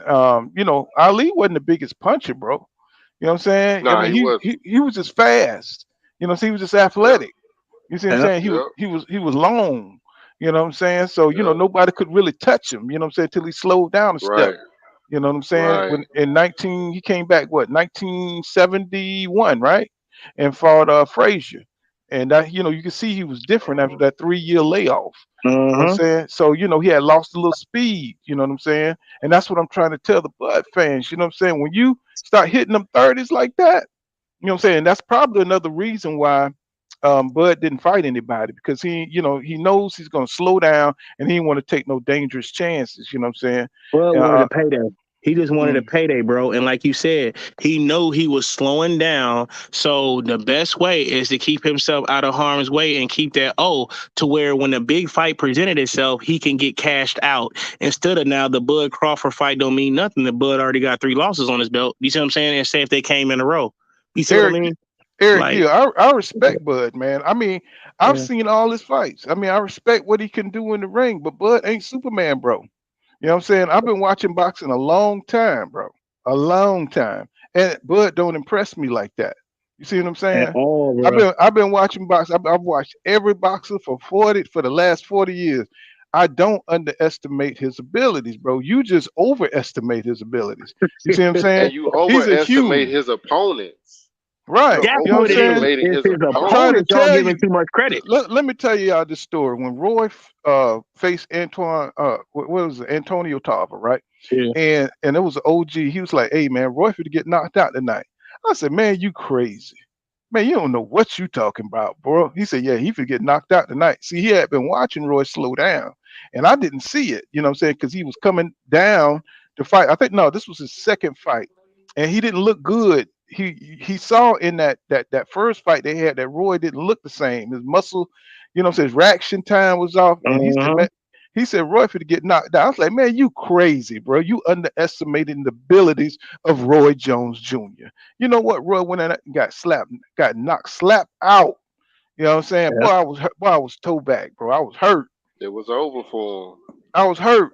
And I'm finna tell y'all, you know, if Bud take this fight, you know what I'm saying? He better go ahead and retire and go into the Hall of Fame. Better take his ass on. Shit, Bud know better He than better take you his do. I ass bet on. you that much. Hey, listen, I'm gonna be Bud know real with better you. than we I'm do. gonna be after all this, Pool. We on here all the time, right, Pool? And you done heard Mm-hmm. me say this 3 different times, Pool. What's this spam shit? But I hope Bud don't take this fight, bro. And Hell no, he I'm gotta take saying this that from motherfucker. no, Hell no, don't It's I gonna want be him say to it like take good the that, for fight. bro. him. I'm Hell no, saying I want him to take the fight. from a fan's perspective, the fan of me, hell yeah, take the fight. I need to see it. But on a realistic plan, Bud ain't gonna take this No, fight, y'all. he Think about it. When he Bud had all the leverage, think about it. no. When Bud was with Bob Arum, they had all the leverage. When he was fighting all these bums, he had all the leverage. So when the top fighters wanted to fight him, Bob Arum would lowball those fighters, as in we only got 1.5 I'm million for you, Keith. And then he Keith say, no, I don't want the fight. he got to back up that wolfing, bro. So now for it to work, he has to overprice himself not to get the fight, being his promoter ain't in charge. So now by him overpricing himself, the fight don't happen. The fight Bud don't has happen. been using this tactic the whole time: overprice himself or underprice or shade the pricing of the person that want to fight you. That's the Bro, best way to duck somebody. Bro, the thing with Bud, bro, Bud, he called himself the puppet master. They saw how they was marketing Earl Spence to be a star, bro. He knew all he had to do was get that WBO and stay away from danger. They gotta come get it. Because Earl announced he wanted to be undisputed a long time ago. So all they Yeah. gotta do is get that belt and stay out the way, bro. And that's what they did. And But now even but now Bud said he wanted to be undisputed too. You see what I'm saying? But he didn't make one move. He did not make one move to get one of the other belts. because he You know knew what I'm saying? he knew Yep, Earl was you're gonna right. do the heavy lifting. He knew Earl was gonna do the heavy lifting. And now he did all that wolfing. He gotta take this fight, bro. The But fight if don't happen. Bud was smart, His dad should have retired. listen, if Bud was smart, this would be the easiest undisputed run that any champion damage has ever gotten. You know why? Because Earl went through all the fire, fought all the tougher opponents, and then already had a car crash, eye retina, all this. This could be the easiest fight if he was able to beat him. He just can't beat him. But what I'm saying is, it's all lined up for you to be a 2-time undisputed champion, and Bud still in his mind feel like he got to get $50 million to be to be considered the best Bro, ever if he able to do that, because Bud knows deep down in his soul, I can't beat him. Bro, he got in, bro. He don't know. He know he can't win, but he down to sell that O for the right ticket, bro. Because he gonna go out. He going out with a bang, bro. And All he that's gotta why do he is want the money. all he He gotta not do is scared. go in there. He not. I'm with you. He not scared. Like you said, I'm sorry to cut you off, bro. But I'm agreeing with Go you. Then ahead. you can go ahead and rock it back. Because like I said, like you said, he's not scared. It's just that money got to be right. He cool with letting it go. He know he can't be Earl either way. But like he said, if I'm gonna lose with a decent amount of money. Think about it. If he won $25 million up front and he won a 50-50 pay-per-view split, so you need damn near $40-45 million to fight this man. No, Come on, bro. John You Turner. scared, bro. No, Turner. No, I don't think EJ is indestructible, invincible. I just think that he's He still gonna be peaking. Bud. I Yeah. think this what I think. This is what I think, John Turner. You know what I'm saying? See, Bud fans hate EJ fans that like EJ. See what I'm saying? Y'all see we looking at the fight. We looking at Bud, right? And we already know what EJ can do. EJ is still peaking in his career. You see what I'm saying? He's still on the way up, and Bud is at the top of the hill. He has plateaued, bro. Y'all got to see that. Y'all don't see that because you know what I'm saying? You still got that youthful Bud, that 140 Bud That in your 140 blood. Bud. Yep. That's what y'all vibing That on. And what you, Ndongo But the Bud. thing is, the most Bud fans hate Earl and everything to do with him. But Earl fans is Bud fans though. You know what I'm saying? Like, Right. Yeah, you got a lot of, like you said, you're right. You got a lot of Earl fans that still like Bud, yeah, but all the true Bud fans, they hate Earl. but I that mean, just when you hate the fans, when you hate the man, you hate the fans of the man that like the man. You know, so that's true hate right there. When you hating on the fans of the man, you know you what be I'm seeing saying? Niggas some all the Bud haters. fans. You be seeing Bud fans come on here. Bud fans be talking about, oh, he a drunk. He getting in the car Just say, accident. wait a minute, what crazy right there? What's going on, side nigga Tim? Well, we have some names up in here, side nigga Tim. You know what I'm saying? Yeah, that's the one you ain't gonna forget, Paul. Oh my Hey, God, Mark. I Hey, Mark. that's crazy. Go ahead. Oh, Hey, that's crazy. hey, look though. This how you know it's deeper than boxing, bro. Most Bud fans, even the nigga in his camp, like Bernie and Bomac, they hate Earl as a person totally. How they be talking about, oh, he a drunk this, a drunk ain't shit. Yeah, Motherfucker need to stay out whatchamacallit. When have you ever heard an Earl Spence fan say something about Bud getting shot in the head? Or Bud goddamn beating the man up who was working on his car? When have you ever right. heard?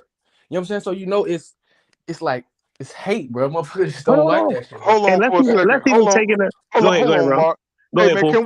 can we get three people to go over to Mike Biggs boxing for me, man? That's my brother right there, man. Right now, y'all. Let's Right get now. let's get 3, 4, 5. Let's get 3, 4, 5 people over to Mike Biggs boxing right now. Take a second, go over to Mike. You know what I'm saying? Click it and check him out, man. You know what I'm saying? Mike Yeah, is hey, a 10 of real us. good dude. 10. Let's get 10. Let's get 10 and slide over there, y'all. And if Yeah, you ain't, at least write his name down and his stuff in the chat. So if you can't do it right now, it's still on your mind when you get off to go get it done. You know, show that man some love. He nice with it too. Hey hey Mark, John, hey hey Mark, Jonah you got a Turner. channel? I just want to say, man. You know what I'm saying? Hey, you know. It ain't about the past now. The fight is here, bro. That you know what I'm saying? That's what you should be concentrating on. You know what I'm saying? Why isn't your man signing the contract, bro? I'm gonna You go know and what I'm put saying? Y'all making up all this stuff about why he didn't fight Bud before. He got the contract is in his hands right now. Why are you talking about this, bro? You if should he be talking, you know what I'm if he saying? would my bad, if he would have took that fight earlier, this wouldn't be a $100 million fight. It'd be a $20-30 million fight because I gotta be. It's anticlimactic, bro. That's like showing the end, the starting the movie, then showing the end, then showing the middle. You want to Yeah, have a build up, bro. It got to be a uphill battle, yeah. bro. Yeah, Order if he, operation. yeah, it's the order, it's the order operation, like you said, bro. It's how you complete a storyline, bro. You know what I'm Yeah. saying? What they killing me with the comments. He said plateau fighting bombs and Greek supplies says I don't like nothing about crawfish. Who was that said Bud was fighting movie janitor? Who the fuck was that, bro? Oh, That That shit was had me. that was that was me. Marcus. That That was was Marcus, That, Marcus. bro. That was me. that shit had me crying, bro. I was listening to Yeah, that Bruh. last night. I was I'm in Emmanuel Seven Lion. He says I like Bud, but I like EJ more. Yeah, I just Yeah. I like how straightforward he is. You know what I'm saying? There's no deception. You know what I'm saying? With EJ, you're saying, it is what it is. You know what I'm saying? If you can't make the fight, he's gonna move on. You know what I'm saying? He gonna tell you what the deal is. You know what I'm saying? That's why I like that dude, that man. motherfucker ain't told not one lie, bro. Not one lie. No. And He ain't I been just like don't Bud going back and forth, flipping what we ain't never gonna fight. I'm past that. Or exactly, y'all want to man. fight. It ain't none of that, bro. Oh, Why do y'all Eric, motherfuckers I say say me like that? he just subbed to you, Mike. You know what I'm saying? Derek said I just sub. You know what I'm saying? That's what's up, my brother. That's Hey, what's up. hey, y'all, we a family in here, y'all. Everybody go sign the mic, like they said, man. Mike's Biggs Boxing. Eric, that's what's up. Who else was it, bro? I seen Oh, Eric R. and I seen Darren. That's what's up, mm-hmm. y'all. Yep, I'm yep. already subscribed too, Mike. This Mark. I'm already subscribed too, bro. Why are Hey they Mark, spamming the I Mark, don't been you shit got out a of my channel? chat, subscribed. man? He's Hey Mark, spamming the shit out of me today. don't you got a channel, Mark? Nah, hell nah. You catch me on here. I'm about to start one though, but I be on here rocking with Big Bro all the time, man. Mm-hmm. Yeah, I know. I'll be catching you. I just thought you had your own channel, man. Yeah, I'm about to get it going. I actually started, Hey, man. It's called Nigga, you said that Conversation with last King, time. man. hey, You said that last if time, you Yeah. man. sleep, if you sleep in that slumber, man, go to my channel, man. I help wake you up. Real What's your channel talk. called? Who is Yeah. real? Who is real? It's I'm finna called go what, look bro? that shit right now. Who is real? Who is real? Who Hey, Yes. is hey, real? Who hey, is Paul, what you real? Yeah. All one word? Mm-hmm. Who Two is real, bro? words. Who? Who is real? Who is hey real? Paul, what you think this fight gonna look like? If you could like simulate it like any other fight, like what would you say this fight, what you think is gonna look like? Well, I think what it's gonna look like, I think EJ gonna come out with some super pressure, bro. I think he's gonna look to break down Terrence from Bill one. No, I'm saying if you compare it to another fight, like what other fight, which like if you like say it look like Lamont Peterson or it look like Kell Brook, like what fight you think it look Oh, like? well, you Nah, mean that's what? gonna be different. You mean what form of EJ we gonna get? That's what you're saying? No, I'm saying Like like what fight? Like the details of the fight. This gonna be some different shit. you think gonna be some different No, shit. I think it'd be This shit easier gonna for fuck him to around do and it be. cool. It's gonna fuck around and be Ugas. Hey, No, let me ask I y'all. think I Pool think answer how you was gonna answer, bro. I think we should try to break it down by which type of EJ we've seen in the past we gonna see. It's easier to break that to show. You know yeah, what I'm saying? yeah. It's I think easier we're to go gonna that route with it. yeah, I think we're gonna see the EJ that fought Chris Algieri. You Man, know what I'm saying? that's exactly who I'm thinking of. Algeria or Van Herden, or even we just said his name, Lamont. Peterson. Yep. Right. I think we're And gonna see that. I think we're gonna see a more moving around, cutting off the ring, tracking you down, annihilation type like that, Yep. EJ. Just like he tracked down Lamont. Chris Algieri. You remember how he was moving around Yep. and shit, and EJ had to track him down. That Yep. Crawford gonna be moving like that too. He gonna be moving all Yep. around the ring. And EJ gonna have to, track him down, man, saying to hit that body. You know what I'm saying? Hitting him on. The cool thing about EJ, he'll hit you on the shoulder, he hit you on the Man, neck, That nigga hit you he in the them hit you, chest. hips, he'll hit you on the them hips, arm, man. he hit you on the hip, he hit you anywhere he can He just want hit to hit you. you. Hit your He just want to touch. gloves. He just want to Hmm touch you. Hey, Speaking of gloves, whoever said that, if you go back and watch, bro, I done seen Who is EJ real? punch you in your hands for your hands to hit you in your face. Yeah. Yeah. hmm oh, Like, that was dude, so damn crafty, Did you see man. him hit Ugas in the neck, bro? Oh Ugas yes, when he started hit Did you the see crying. ass. him Didn't hit? Ugas like he hit cry that nigga out in or the neck. something? Yeah, hit him dead, hit him straight in his neck, like a straight neck shot. Hit him in the neck, bro. I I said, was what like, the fuck? and he turned into it. He turned from the Yeah. outside. He turned into it when he Yeah, it hit was him like in a the left neck hook. He and was moving leaned right, hit him with a left into hook. it and hit Yeah, that man in the neck. That's why he was jacked up, bro. yeah, You know what I'm That saying? nigga And severed us then from right came there. back with the uppercut to the body. I was like, yeah. shit. You Hey, know what I'm look, saying? Man, Paul, Bud saw after that this shit fight, like, boy, that's some shit I ain't never experienced before. I want no after parts this of that fight, shit. after this fight, I You're mean, like, I've never seen a I knew boxer just before the hit you Ugas fight. anywhere. I knew before the Ugas fight that Bud wasn't gonna fight her. But I know for damn sure no, I think once he he gonna fight him. seen that, he was like, man, y'all got me fucked up. I think he gonna fight him. I'm Hey, not finna go Hmm through that shit. if EJ get in here and dispatch Hey, this who's nigga, real? Hey, who's real? Cuz said I really go to the ocean and really look for the big fish before I get in the motherfucking ring with the big fish. You You got, hey, heard. you tripping. You What's heard. That going nigga on, was Bad talking about 24? he was talking about fishing. That nigga wasn't talking about Earl Spence. Man, that Hey, nigga was trying to find a big catfish or something. He wasn't talking about Earl. Bad 24 said it's gonna look like Trinidad versus Winky Wright. He said Errol gonna use that jab. You know what I'm saying? Yeah, man. Yeah. You know, Bud is. There will be jabs. We're gonna see if There he's. will If, be jabs. we're gonna see if he break. I think EJ wants to break Bud. You know what I'm saying? I think he wants to break Oh, him. for shit hey, show. yeah, For like shit punish him, show. like he gonna carry him. Hey, Yeah. after this fight, He watch gonna them jab the steroids shit out of pop that back nigga. up. Watch they gonna start saying EJ on Hey, steroids he like go. they used to. This gonna remind me. I'm gonna say something to y'all to make y'all really think about something, man. I could see this fight looking so easy at points to where it's gonna be Bud fans question that maybe Bud was even paid out to lose. Like it's gonna look that bad, bro. It's gonna be some. It's No, gonna be some of Listen, that. listen why I say. They'll Listen why I have to say that. say that. Listen. Now, peep this. Listen why I say that. Listen to me, bro. People don't realize Bud is tailor made for Earl. Them loose ass combinations, and you got somebody coming straight down a pipe with all straight shit and the body work that Earl possessed. Like you only can With run an so iron long, chin. bro. You What's gonna only kill can I'm gonna Bud? tell run you so this. long, I'm gonna bro. tell you He this. fighting a nigga that wants him to hit him his hardest. Man, So, like, nigga, this nigga Earl wants you to hit him your hardest. So he coming in there for that. Well, Hmm what's gonna kill I'm Bud gonna is tell that you chicken this. tattoo. We gonna see in the first round the way this fight gonna start looking because EJ gonna start immediately, bro.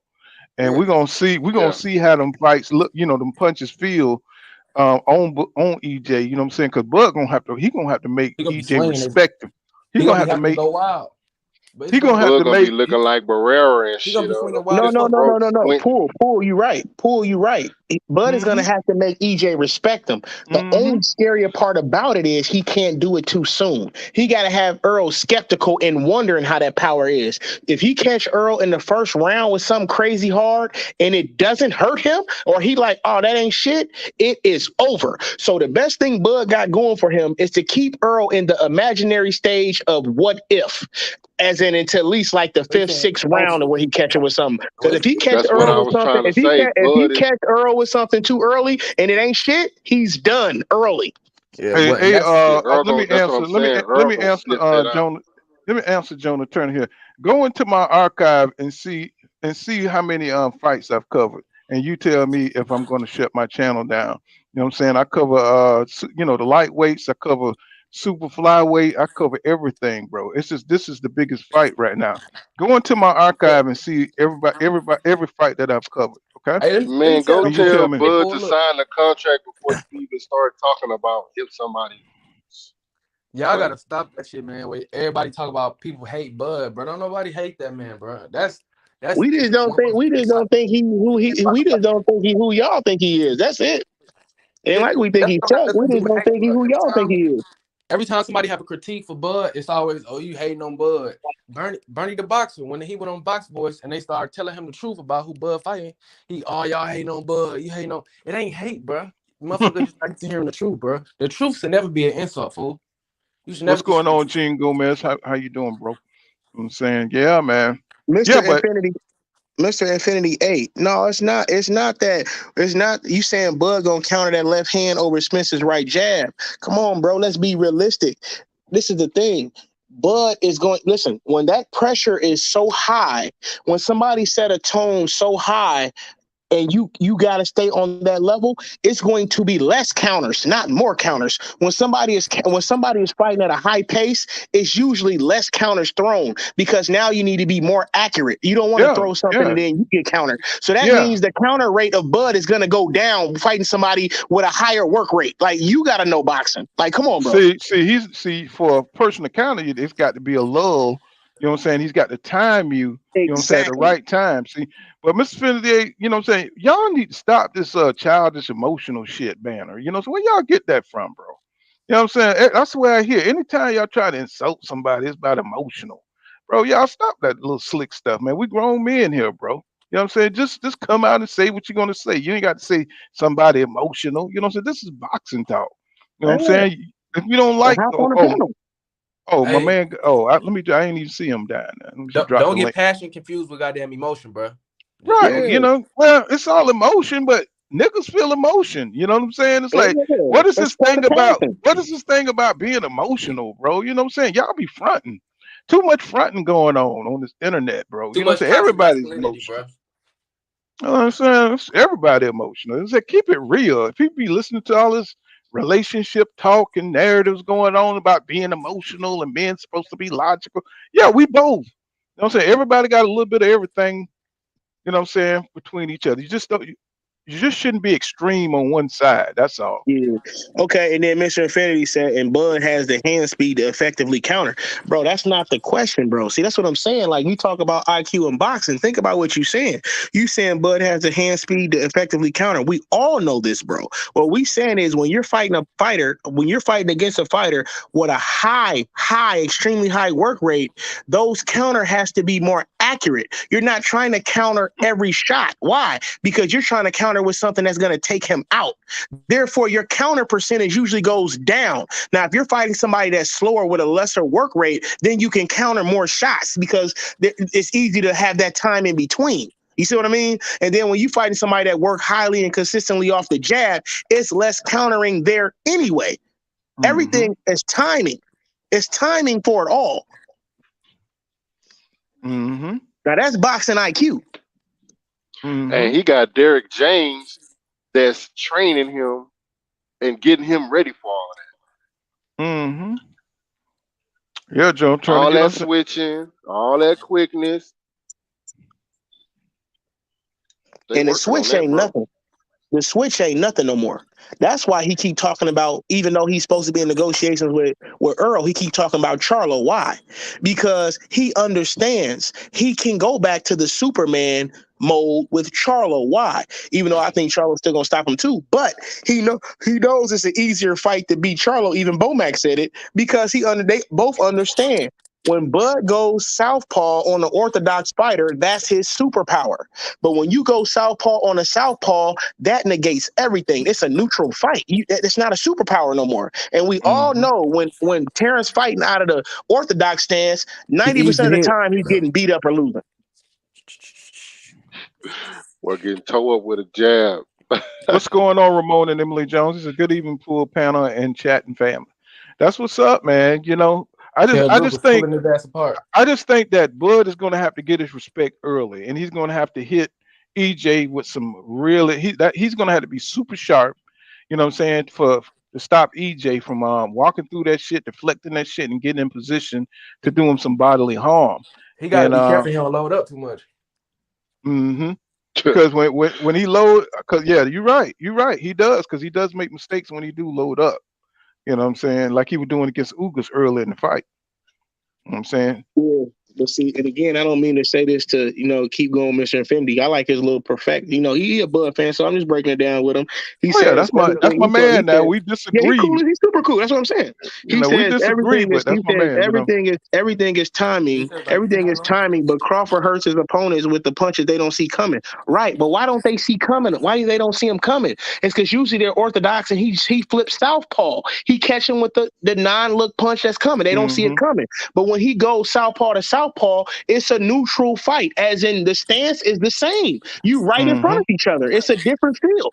Different feel, and you see it coming straight down the pipe and straight at you. It's harder to surprise somebody in the same stance as it is fighting one out the other one.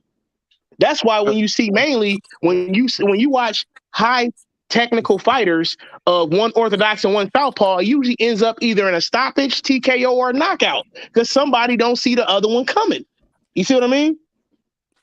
Those same fighters in the same stance, it's easier to see what's coming at you.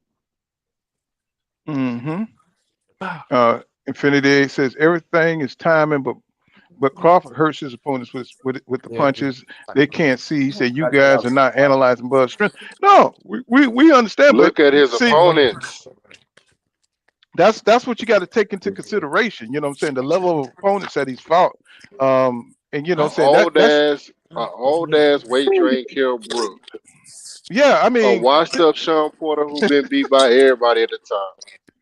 Yeah. And don't forget Colbert found his trainer on Instagram, literally, because his real trainer didn't want to come over here due to COVID and the other things that was going on in the US. And Sean Porter that barely trained for the fight. Go ahead, bro. Oh, I was just going to read Courtney Thompson. He says, I'm going to be real with y'all. He said, when you see EJ get hit and smile, it's going to be a legal televised assault that would end bad for Bud. What's going on, JV? I see you over there. You know what I'm saying? He says, Bud's going to have to fight like Andre Ward. And let me see. John Turner said, Pool in chat, please name a fight when Bud didn't get his respect. What I'm saying, bro, you know what I'm saying? Y'all see, you still think EJ is like the dude. Like think of it this way, John Turner. See, you thinking EJ is like every other fighter that Bud has fought. He's not, bro. This is the best fighter Bud has ever fought in his career. And see, according to you in Infinity 8, y'all think he's gonna react the same. Y'all think his punch is gonna have the same effect. And what we're telling you is that it's not. You know what I'm saying? It's not. I don't think he's gonna have that kind of. Okay, you gotta mute yourself, Slime. I can hear you. And I can hear the background. Let me mute you.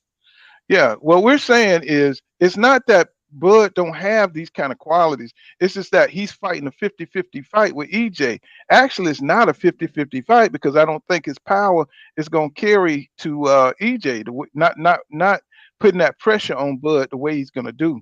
You know what I'm saying? And y'all think he's going to be able to do EJ like he did all the other opponents that he had. And we know those opponents wasn't the same caliber of fighter that EJ was. And that's the difference. To disparage the disparagement between the skill set, you know what I'm saying, of the dudes he fought and now the guys he fighting, the guy that he's fighting now in EJ. So that's the difference. You guys are making it all the same. Like those dudes were highly skilled that Crawford fought. Like they were the same level as Earl Spence Jr. No, bro. No. While EJ has fought Kell Brook and is as a champion, you know what I'm saying? He fought Ugas as a champion. He fought, see, championship fights are, they're different, bro. When it's at a higher level, you know what I'm You saying? got And you everything to lose. right. Not only that, they're stronger at 147. They're Yeah. stronger at 154. They're stronger at 160. You see what I'm saying? So he fought these dudes when they was champion. I'm trying to get you to see how we're looking at it, so you can get on. So at least you could get that perspective. You know what I'm saying? You ain't got to think what I think, but I'm trying to get you to see that EJ is a different level for Terence Crawford. See, you think of Terence Crawford is up there. You know what I'm saying? But he's still fighting step up fights, bro. You see what I'm saying? That's what I'm trying to tell you. This is a step up fight for Bud, and he's a 3 division champion. Yeah, he got a lot of experience with tomato cans. You see what I'm saying? He's stepping up with somebody who's just as athletic, just as determined. You know what I'm saying? Somebody who think he can't be beat. You know what I'm saying? In his mind, he's going to destroy destroy Terence Crawford, and that's what I'm trying to get you guys to see. It ain't about that EJ is invincible. It's that he's an equal or better athlete as Terence Crawford. You see what I'm saying? Also to counter, to say what you're saying too, Pool, it comes back to this.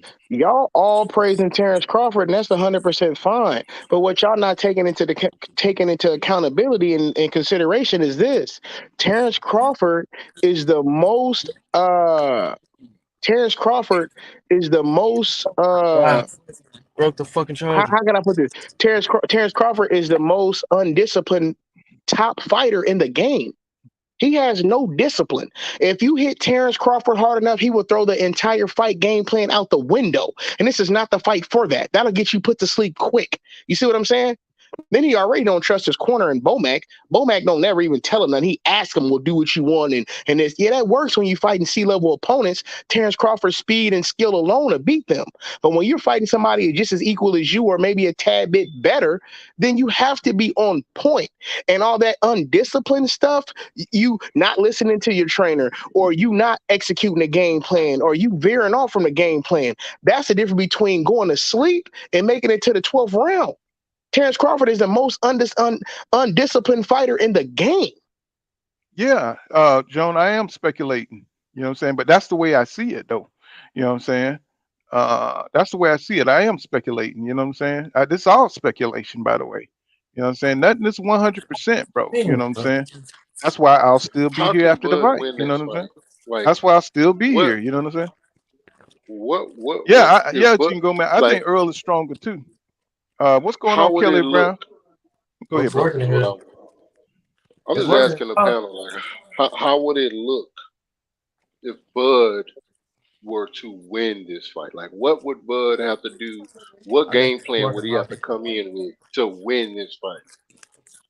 To Hmm. me, I think for Bud to win, I think Bud has to stay away from true But encounters wait, with but wait, Earl but wait, and but counter wait, him. but wait. Before you answer, the last part I want to add to the question is that is within his capabilities. Now, Okay. this is something I've heard that you know what I'm saying Bud sit in the pocket with EJ and use his hand speed. You know what I'm saying? Maybe sit in the pocket with EJ, you know what I'm saying? EJ, you know what I'm saying? He's gonna beat you to the body. But with Crawford's faster hand speed and abilities, to catch you, you know what I'm saying, on the inside, maybe he could stand on it. Because if he box, he's gonna get tracked down, he's gonna get beat up. You know what I'm saying? If he fighting on the outside, that's not going to work. So maybe if he take a gamble and step inside, it's going to be hot in the kitchen. You know what I'm saying? But do have hand speed. He have pop on his punches. So if he could beat EJ to the punch on the inside, you know what I'm saying, and stay away from them ropes, you know what I'm saying, go on the inside, maybe shuffle on the inside, in the middle of the ring. Somebody got some bad background. So somebody got some. It ain't me. I ain't got nothing going on in mine. Let's see. Okay, there you go. If he can step to him like in the middle of the ring and you know what I'm saying, go blow for blow. You know what I'm saying? Maybe he can catch EJ on the inside. You know what I'm saying? And Crawford said he was gonna stand on the inside. He was gonna stand on the inside with EJ. Maybe that's something. Maybe something that he's gonna try. You know what I'm saying? Maybe that's something he's gonna what I'm saying, go for. You know what I'm saying? Because that boxing on the outside, you know what I'm saying, he's gonna lose rounds that way. Yep. He's gonna lose rounds. Let me see your mic. I know what you look like. Let me see your mic. Let me say this to Where let me you say at? this to my man's question. Can you hear me, bro? Yeah. I'm here, my guy to answer the question. Can you hear me? Oh yeah, that's Mike. Yeah. Yes, sir. My Yes, guy sir. who answered the Mm-hmm. question. Can you hear me? Ask the Mike question. Yeah. Huh? Mm-hmm. Okay, yeah. My guy who asked I'm the sorry. I'm here. question. I'm Okay, here, bro. I think this. The biggest thing is this. Terence Crawford has to go out there and show Earl, I'm not scared of you. As in, I'm not scared of you. Not like as in, I'm talking about from his boxing stance to his punch output, all the above got to show I'm here to win this thing. I'm not here to try to take 3 Mm-hmm. rounds to figure you out. I'm here to win this motherfucking belt. Okay? That's first. Now, second, he has to be effective, but also cautious. I think for Terence Crawford to beat him, Terence Crawford really has to be on his counter game. And as I said a few minutes ago, he can't counter every shot. He has to pick and choose what the counter, as in, because if you're picking and choosing what the counter, now your counters are more effective. Now you're hitting harder because you're timing these counters. You see what I'm saying? You picking the counters you want to catch somebody with, right? You Mm-hmm. aiming for the fence, right? So on that level, but if he can't come out and show Earl he's scared of him, because Terence Crawford gets a lot of praise for being this killer once he see you hurt, because he's really a killer if he see you hurt, right? But what they don't tell you is Earl step into the fight with that mindset, and just being that it's ramped up the whole entire fight, that you don't see it as you see it when Terence Crawford finally turn it on. Earl come out from the jump and that I'm about to break you down, kill you, destroy you. You see what I mean? So Mm-hmm. if Terence Crawford could show Earl from the jump, I'm not scared of you and I'm only here to win, and show him that I'm trying to counter the shit you throwing, because believe it or not, and when you in that fight, you could swing, and even though somebody countered you and missed, you know a motherfucker trying to take your head off. Oh, I got to be more cautious. I can't throw that left and lean like that no more. You see what I mean? So he has to show him he want to fight to win the fight, and he got to be smooth on his counter game. That's the only way I see Bud beating him.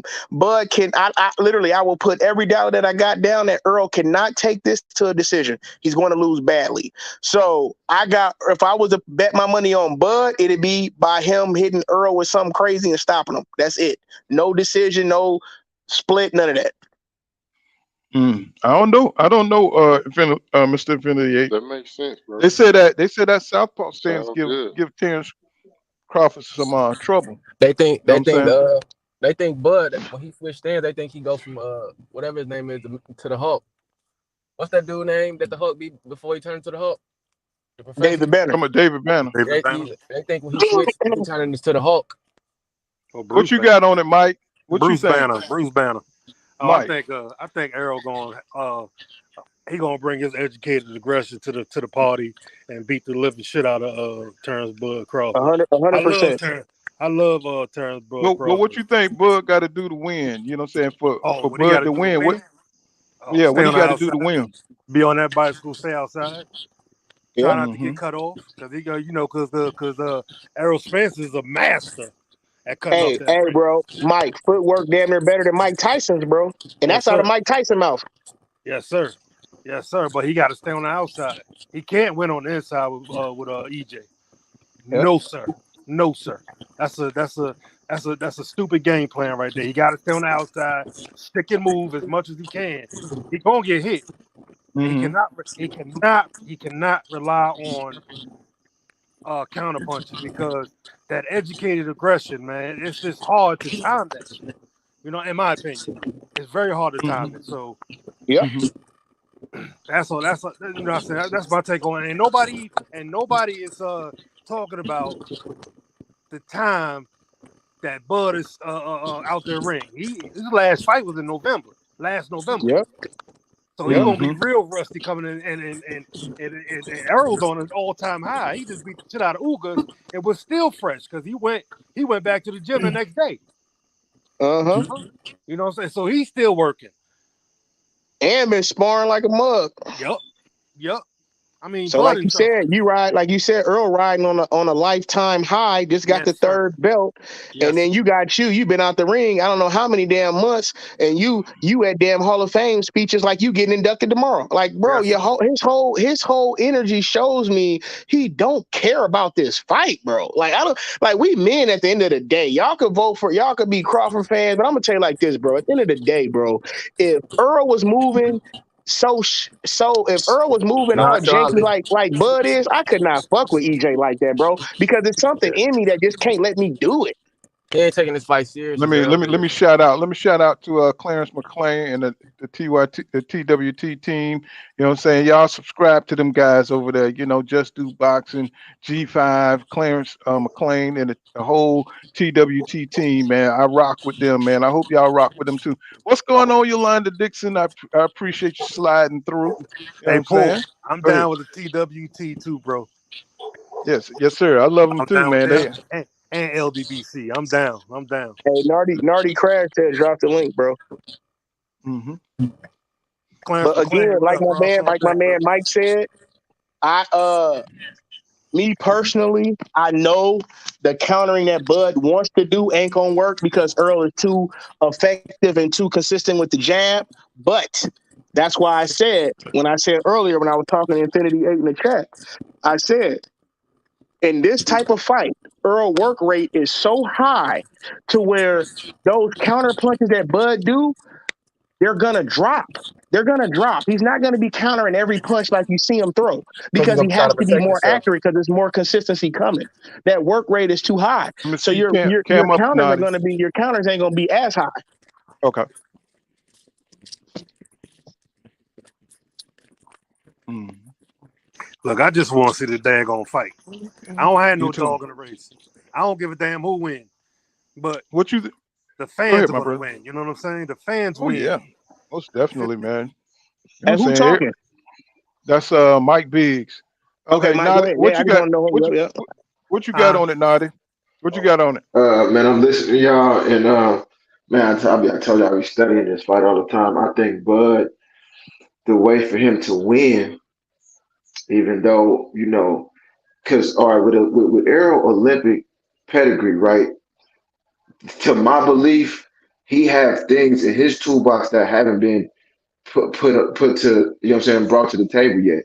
You know what I'm saying? So when I look at the fight and I look at what Bud do and what Errol do, Bud can't stand toe to toe with him. So his feet are educated and good. So the way I see him winning the fight, he's gonna have to stay on the outs. He's gonna have to run. I mean, it's not gonna look good to his fans. It's not gonna feel good to him because of who he is and how he represented himself and the pedestal they put him on. But he's gonna have to go against the grain and run and keep Errol at the end of his punches. And he's gonna have to frustrate Errol because Errol is the type of fighter that when you frustrate him, he come harder. See, some people like you frustrate them and they like, oh shit, I don't have no game plan. I don't know what to do. Errol is gonna keep coming. He like a machine.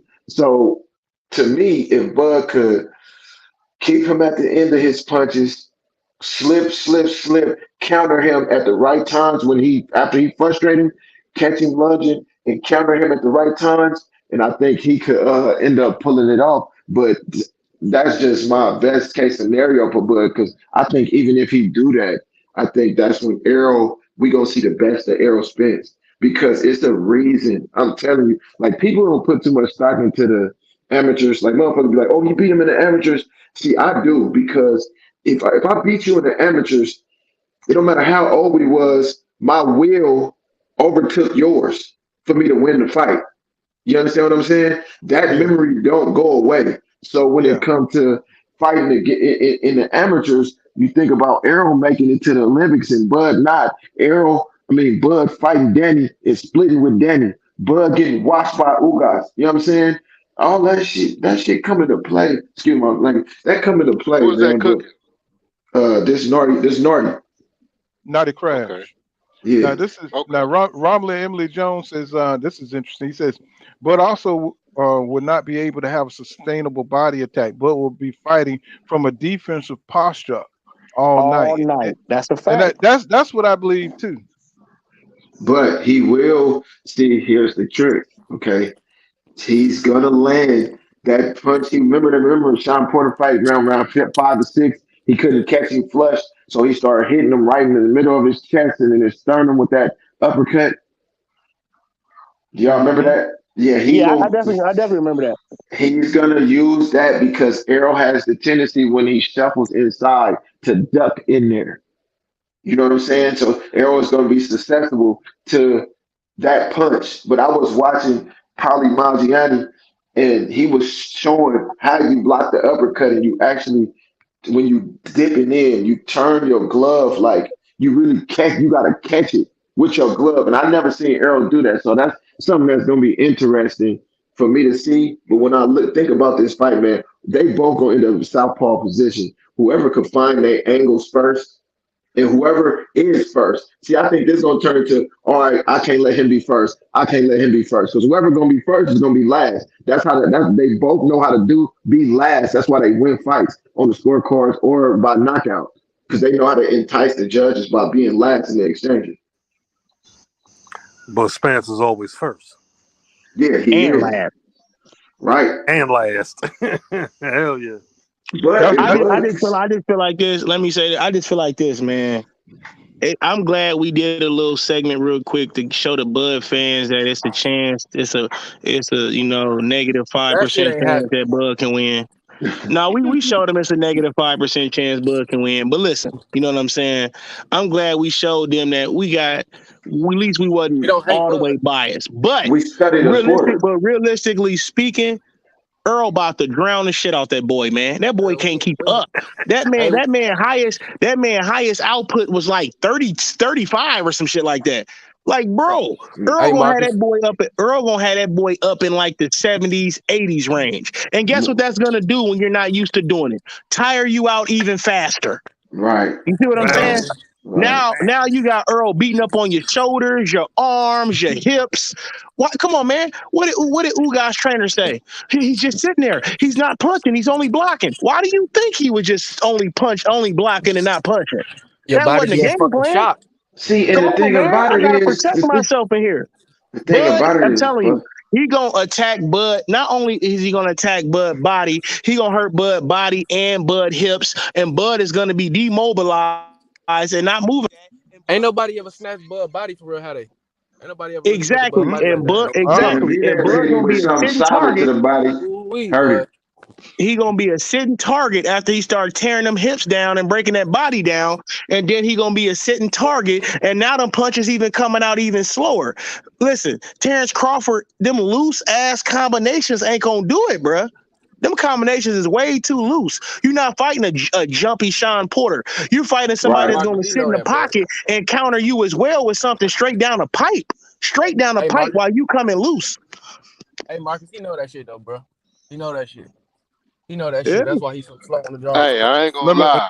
I ain't gonna lie. I'm gonna say this. As far as Bud countering, with Earl throwing so many jabs, Bud likes to counter over the top of that jab with a Oh, yeah, lead he hook. like That to shit is pull something down. dangerous. yeah. But see, He does. but see, this the That thing though. This the motherfucker thing though. dangerous. Can he counter him like that? See, it's dangerous from the south when Bud Southpaw and he got his lead He's hand as fighting his power orthodox hand. is when he And does can it. he do that from the orthodox? His lead hand, orthodox left hand, don't come with as much steam as that right hook do from the southpaw. See, that's the thing. It's gonna come down to But that's what can he do Bud though. do the things that he do from the southpaw position? Can he do those same things from the But see, orthodox position? You and know you're what right. else I'm worried about? You know what else Go I'm ahead. worried about? That Uh-huh. lead left hook to the body from Bud. Hmm. No, I'm That's not If worried he about that's that. just when it's start I'm hitting not fishy. worried EJ about with that. that, because I'm That not worried quiet But as about see, that kept. one. But I'm see, just but saying, see, Quiet as I'm just kept. saying it could be a it could but be a see, and deterrent. Dongo ring IQ sucked. You know what I'm saying? He kept doing Yeah. the same. He threw the same punch. You know what I'm saying? Getting caught with the same thing over and over. EJ's a Fucking three smart rounds fighter, straight. He did that shit 3 rounds straight. right? You know what I'm saying? So but see, EJ, he EJ and them know the way that looked in the 9th round when Ugas caught him to the body. He know the whole world seen that. He's slumped over both times that he caught him to the body. So it's just like when we saying Bud already know what he got coming. Bud know he finna go to. I mean, EJ know he finna go to his body because EJ don't have too many lanes for you to go through to actually defeat him. It's like you gotta pick them apart. I think people don't understand. EJ jumps back away from body Yeah, shots. that's what that was y'all not getting. Like you said, He be Paul, jumping jumps back. to take the power from the punch. Yeah, he be jumping back and stuff. You know what I'm saying? Yeah, he get caught to the body just like with Danny Garcia. He was jumping back, and everybody's like, he don't like it to the body. Nobody likes it to the body. Yeah, but he's He be taking the trying thing to. up.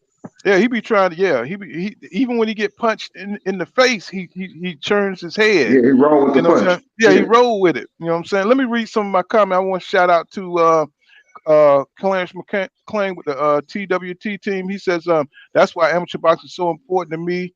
That point right there. And William Old School, what's going on, my brother? You know what I'm saying? Salute to you, my brother. Thank you for sliding through. And Jonah Turner says, every fighter that hurt Book got stopped. Bro, come on with the resume shit. You know what I'm saying? That's for, casuals. You know, say you been here for a second. You know what I'm saying? Emmanuel Seven Lions says, Jonah Turner, I think Bud left that fight because it was a different version of Porter. Porter dad stopped that fight too soon. He said the only fear I'm detecting right now is coming from Bud. Yeah, what's the you're not addressing what's going on right now with Bud. You know what I'm saying? If you're not adding up because think about it. If this man wanted this fight so badly, why is he playing so hard to get? You know what I'm saying? None of his fans, they never addressed that. You know what I'm saying? If you wanted something for years and years, you wouldn't be making it this hard to make the fight happen. You know what I'm saying? You do everything you can, like Devin Haney. He wanted undisputed. Look what he did to go get that. You know what I'm saying? That's what that looked like.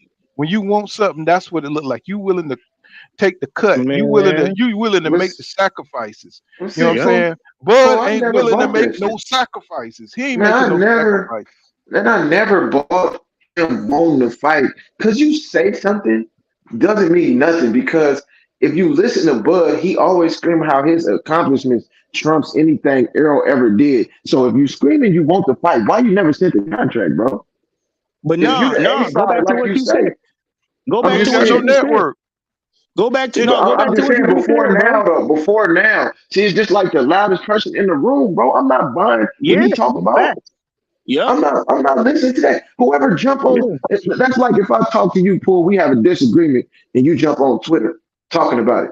You know what I'm saying? Right. When you got my phone number, bro, motherfuckers who move like that, bro, you can't convince me. Yo, now I gotta look at your actions. I don't care what you say no more because look at what's going on now. You did all of this typing, you did all of this jumping in the ocean and all of this stuff, and now it's silence of the lambs, man. Because soon as this boy called you out and you seen his energy change, see that's why I watch. You know what I'm saying? I don't mean to bring up nobody's show, but that's why I watch Bernie. You know what I'm saying? I respect his knowledge of boxing, but what he do, he dry snitch on how that boy really feel. And as Exactly. soon as Errol called him out, he said, "Okay, where this newfound energy at, Errol?" And see, I'm older. I don't think I'm older than Bernie, but I'm older than Errol and Bud. So when I could see their movements, you know what I'm saying, and I could read through all of that. Like, bro, you Yep. did all of this leading up until this point. But when you was talking all of this shit, you wasn't fighting. You wasn't like, oh, I don't got arrows for the show. Give me Keith Thurman. Give me Ugas. Give me somebody at the top of the chain. You run around fighting mean machines, bro. Trying to Yeah. convince us, oh, he could fight just because y'all ain't heard of him. And then that's why I was kind of mad when he beat up Carol Brook and Sean, because then he had the opportunity to say, yeah, Mean Machine was harder than them. Trying to get his resume approved. Like, bro, get out of here, man. Have you ever noticed that's another thing about Bud Crawford, that why is he always trying to justify his resume? Just like he was talking about Jose You know it ain't Benavidez. shit. He tweeted to himself all of a sudden he got 2 fights. No, that man still couldn't move. That man couldn't move in that fight. Danny Garcia was boxing circles around him. Uh-huh. Right? He Because he knew it. couldn't move. He knew that fight was the battle of the EJ and Bud resume. That's what that fight really was. We don't care about them no more. That fight was the battle of the EJ and the Bud resume. Bud, you had a toe-to-toe fight with him. EJ washed Danny. And Now Danny peep this. walked in there and won almost every round against that man. Like, bro, get up out of here. Yeah. But Pete, Right. what you said earlier though, the only reason why the man always so thirsty to bring up his resume is because, or not his resume, but his accomplishments, is because he's telling you without telling you, I don't Right. have to take this damn fight. Right. That's what he's telling you. He's saying it without saying it. I don't gotta fight y'all. I'm already in the Hall of Fame. Yeah, So but let me ask you this: that's scary shit. what pound for pound number one fighter talk like that? Right. What pound for I've never pound number heard. one? I've And the never heard history. Roy Jones. I've never heard Roy Jones, Mike Tyson, Bernard Hopkins. None of these guys ever say while they were fighting, I'm going into the Hall of Fame already. And Right. that's why his You've never heard it. fans, that's why Bud fans kind of take me for a loop, because man, motherfuckers will sit up and call Floyd Mayweather scary and say he didn't fight nobody. Well, what do you call this? Mm-hmm. Ramona Emily Jones says Bud is going to realize early in the fight he needs a KO. After 6 rounds, EJ gets better, and Bud is going into survival mode. I think the same thing.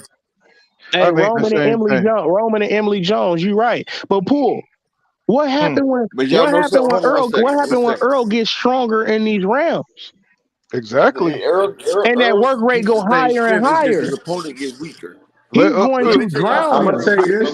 Let Up Cook. He been quiet, man. Come on, Go ahead, man. So, huh?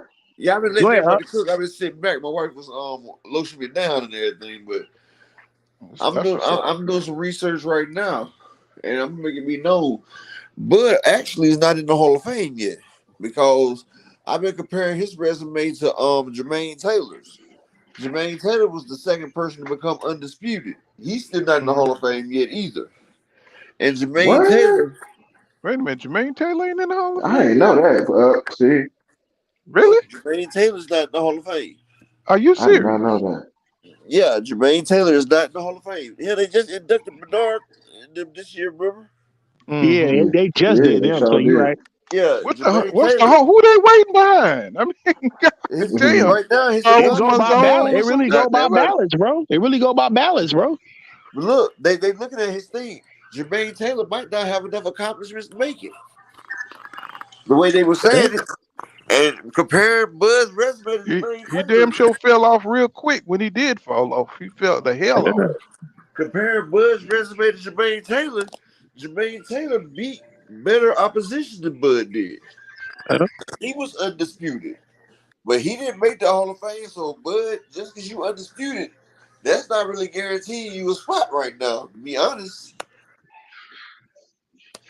And I'm working on a video. I'm gonna drop it tomorrow and let it be known, like, Bud, you need this legacy fight because Jermaine Taylor, he beat Bernard Hopkins to become undisputed, and he's still not in the Hall of Fame yet.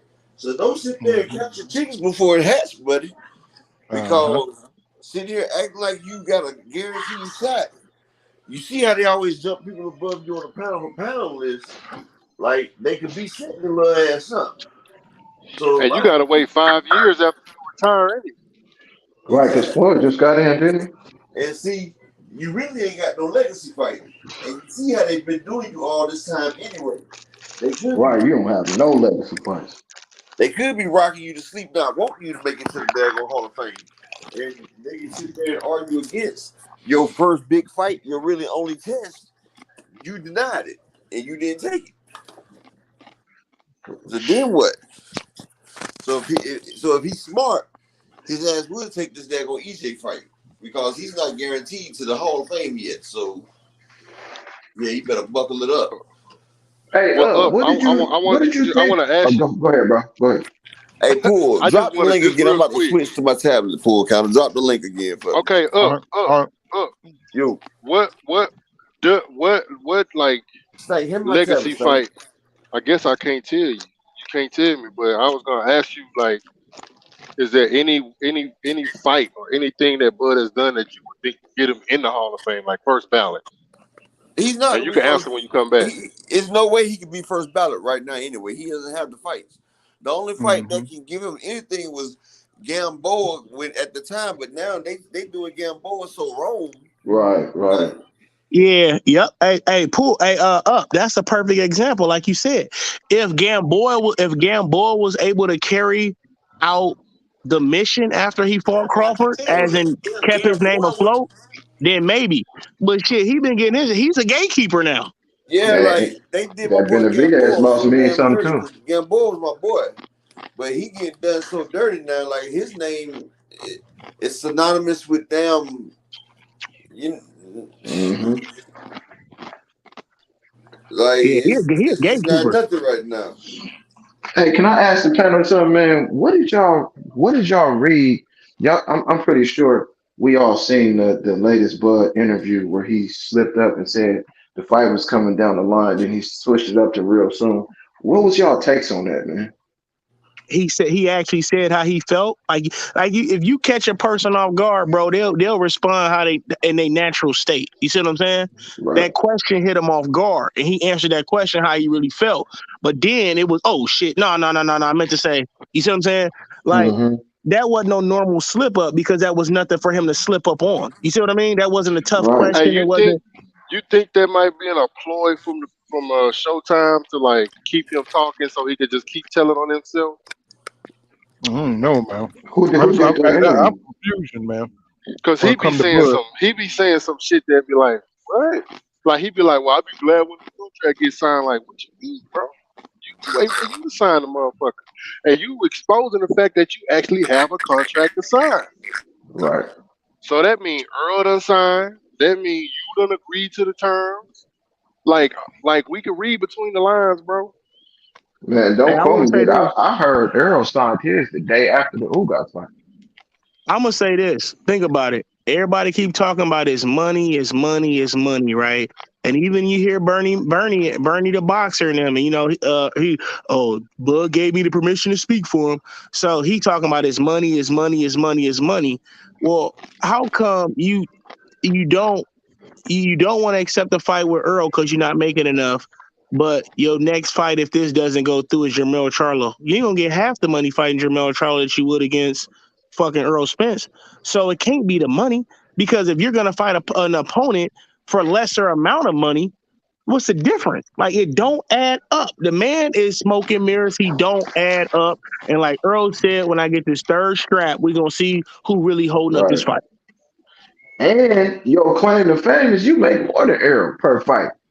So why is the money a big issue now? Mm-hmm. See. EJ88 says, damn, I'm choking on these chips. He says, when Bud says it's going to happen down the line, he said, let me know this fight ain't going to happen. He really don't want it. Nah, Hey, he don't want it. Roman and Emily Jones said it best too. He just said if Benavidez lose again, that's really gonna make Bud resume look even worse. That's a fact. I That's a mean, fact, that loss bro. made it look bad right there. Think What about it. what did Think what about did how Errol Danny do Garcia. Think today? about how Danny Garcia just did him. That's what I'm saying. And what Errol did to him off accident, Come off on, flipping out of a man. car. Come on, man. See, that's telling the Bud. That's why his mouth shut, man. Yeah. And then remember when Cal Velasquez was having a little success. Who did he fight? Who did Mean Machine fight after Bud? Virgil Ortiz beat him. Ortiz. Remember he was having a little success barely in the beginning, and Bud started tweeting, "I told y'all he wasn't no joke." Then next couple seconds, Cuz knocked out. Knocked out, man. Like Cuz resume is really falling apart, Cuz. And after the fight, Caviasis told Virgil, "Man, you hit way harder than him." Exactly. He said you hit way harder than Bud.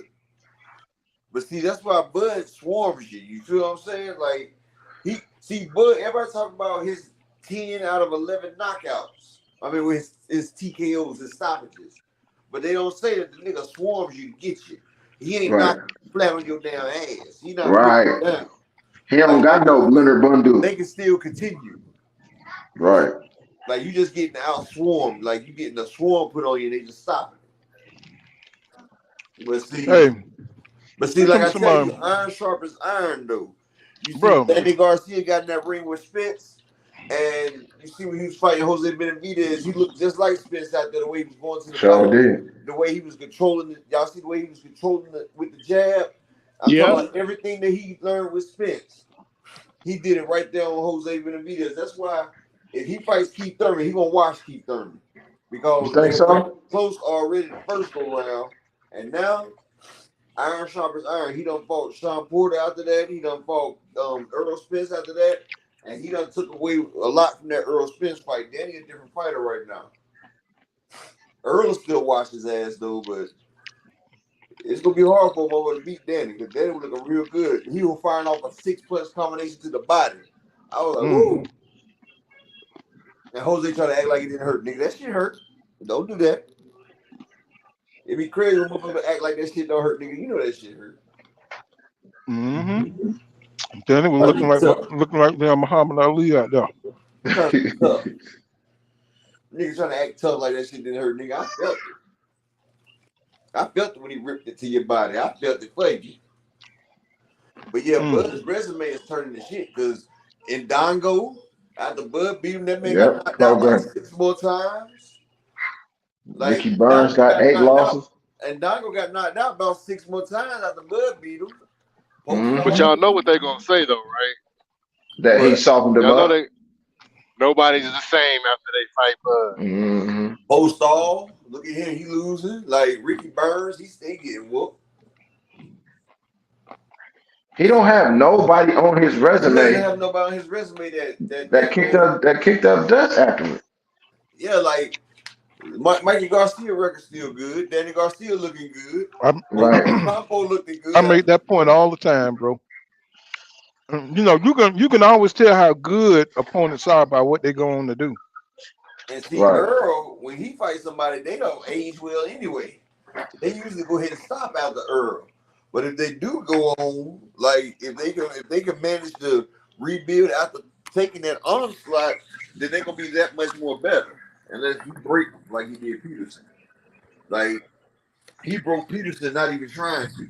Cause like he really took it easy on Peterson because that was his homie.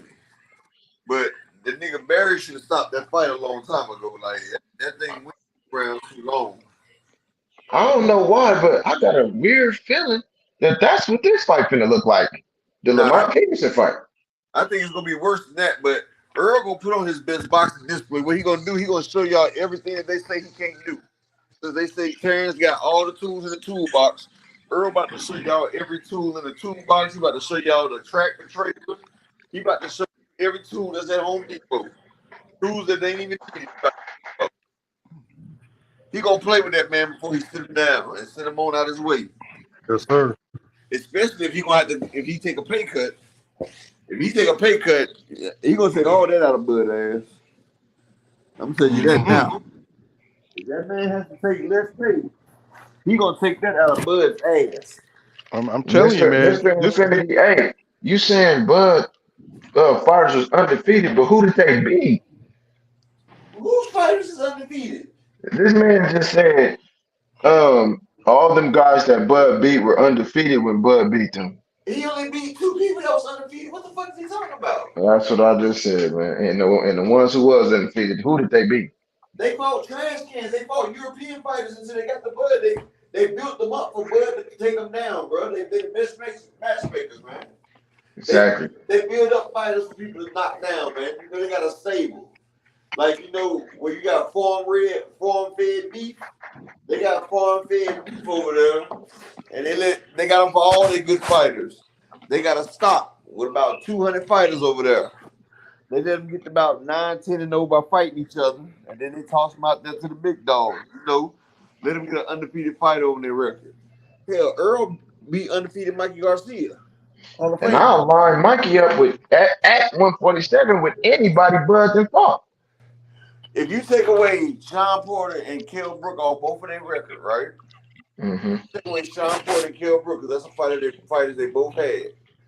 Mikey Garcia can beat everybody on his resume. Lamont Peterson can beat everybody on his resume. Danny Garcia can beat everybody on his resume. Ugas too. I was about to say your Dennis Ugas can beat everybody on his resume. Hell, Lamont Peterson would do it. Ocampo might do it. because he was a hard hitting young buck before. Yeah, he was. Yeah. Hell, Chris Algieri might give him boxing lessons. Chris Algieri might give anybody on there a boxing lesson. Nah, Chris Algieri ain't got, but I mean, you know, he used to be a champ. And, you know, Chris Algieri was a fighter now. He was a boxer. Yeah, but after Pacquiao and Errol Spence, man, he wasn't never the same. Yeah, but hey, that's what I'm telling you about Terence Crawford's resume. Right. He can make a comeback against them fellas. I can't say this though. When Bud bite down and come forward and let his hands go, EJ gonna have to have something for that. Good Cause night. when I watch Yolanda. Good night. when I watch EJ be successful to 3 to 4 to 5 punch combinations sometimes. He sometimes get hit with the end of the combination. I've seen that multiple times by different people that he fought. He'd catch the first few, whether he gonna catch a shoot or just try to, you know what I'm saying, block them all. He usually by that 4th or 5th punch, then be to let something slip through there. Who have you seen hit Earl with a 5-punch combination, dude? Nobody. I seen Sean. So Sean wasn't letting go 4 5 punch combinations. No, he was jumping with the jabs and shit, man. Man, Sean was throwing combinations, bro. I promise you. Bro, he wasn't even worried about Sean Porter's power, bro. I understand that. I'm just saying for it, but I'm gonna tell you like this: Earl fights a whole lot different if the motherfucker can't hurt him. Once that's true. Earl takes your power and he see you can't hurt him, oh, it's a whole different fight. The fight ain't even the same look. Earl took an uppercut to the solar plex from Ugas and was slowed down for a couple of seconds. I don't know if y'all seen that. What's going on, Charles? I mean, he took a shot from Danny Garcia in the face, right? Mm-hmm. After the round was over with. After the round was over, yeah, he wiped it off. Wiped it off. And Danny Garcia is supposed to be the hardest hitter in the welterweight. Right. Mm-hmm. Mm-hmm. Everybody is soft to the body. I don't give a fuck who you is, dog. Right, yeah. I'm just gonna be honest. You can do but you know what's so funny? When I bring up that, because somebody was debating me not too long ago, they said who hit hard on Errol resume? I said Danny Garcia. They say, oh, who he knocked out at 147? I said, man, he knocked out who was that? Jesse Vargas. He knocked out everybody that wasn't the top competitor. Right. And so they try to say, but look, so they try to say, Bud not this last 10. No, he didn't knock him out. Them was technical knockouts. So how is y'all comparing this man that's sleeping shit with one punch to somebody who getting people dizzy and swarming them? We can just do it like this. Look at the way Bud fought Amir Khan, and look at what Danny Garcia did to Amir Khan. When Danny Garcia knocked out Amir Khan, he wasn't the same no more. Remember, Bud and Danny both fought Amir Khan. Right. Remember, Danny knocked that nigga slam the fuck out. Didn't Danny knock him out before Canelo too, huh? Danny knocked his ass slam the fuck out. Yeah. Yeah, but Khan was garbage, man. He just had a lot of speed with his combinations. Wasn't that accurate? And he was garbage, man. I wouldn't call him garbage. I would say he's reckless. You can't say he was garbage. He was great on the European side. Yeah, because I was a Khan fan coming out of it. My bad. He wasn't garbage. He just wasn't, you know what I'm saying? His chin wasn't the best that it could be ever since, I can't remember the dude that first laid his ass out. Prescott, Breeders Prescott. Yeah. Yep. Laid his ass out.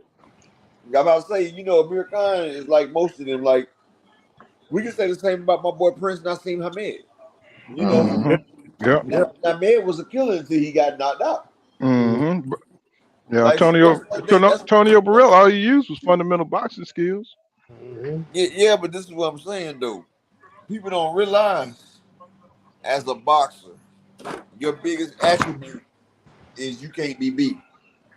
Once a boxer gets beat or knocked down or knocked out, that affects their psyche. Once you believe that you're not invincible no more, then you're not. See, the fighter's biggest asset is believing that can't nobody beat him. And once you shake a fighter's confidence, then it's not the same. That's why once a fighter lose, then they start going down that losing streak. Like you see what happened to Roy. Then Roy just started dropping them back to back to back to back to back. That's like most fighters. Like it's hard to come back. Like after Adrian Broner took that whooping, it was a whole different Broner after that. He's scared of it. So, see, Crawford, see, mine, he thought Smash that like button. You know Crawford really thought he could beat Earl.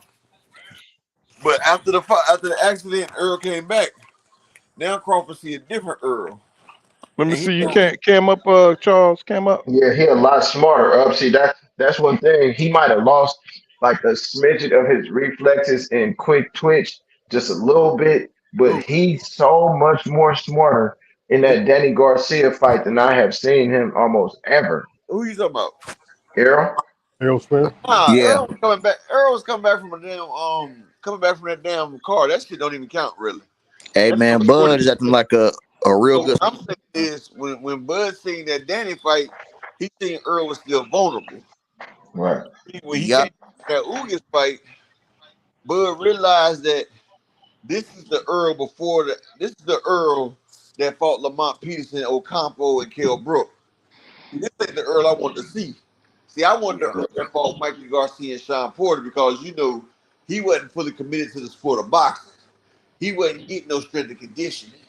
Like he wasn't in top shape. Now this one right here is a well-owned killing machine because that's what boxers are killing machines. Bud thought he was going all 12. Yeah, when you get in the ring, if you get in the ring with somebody, you're trying to hurt and kill them.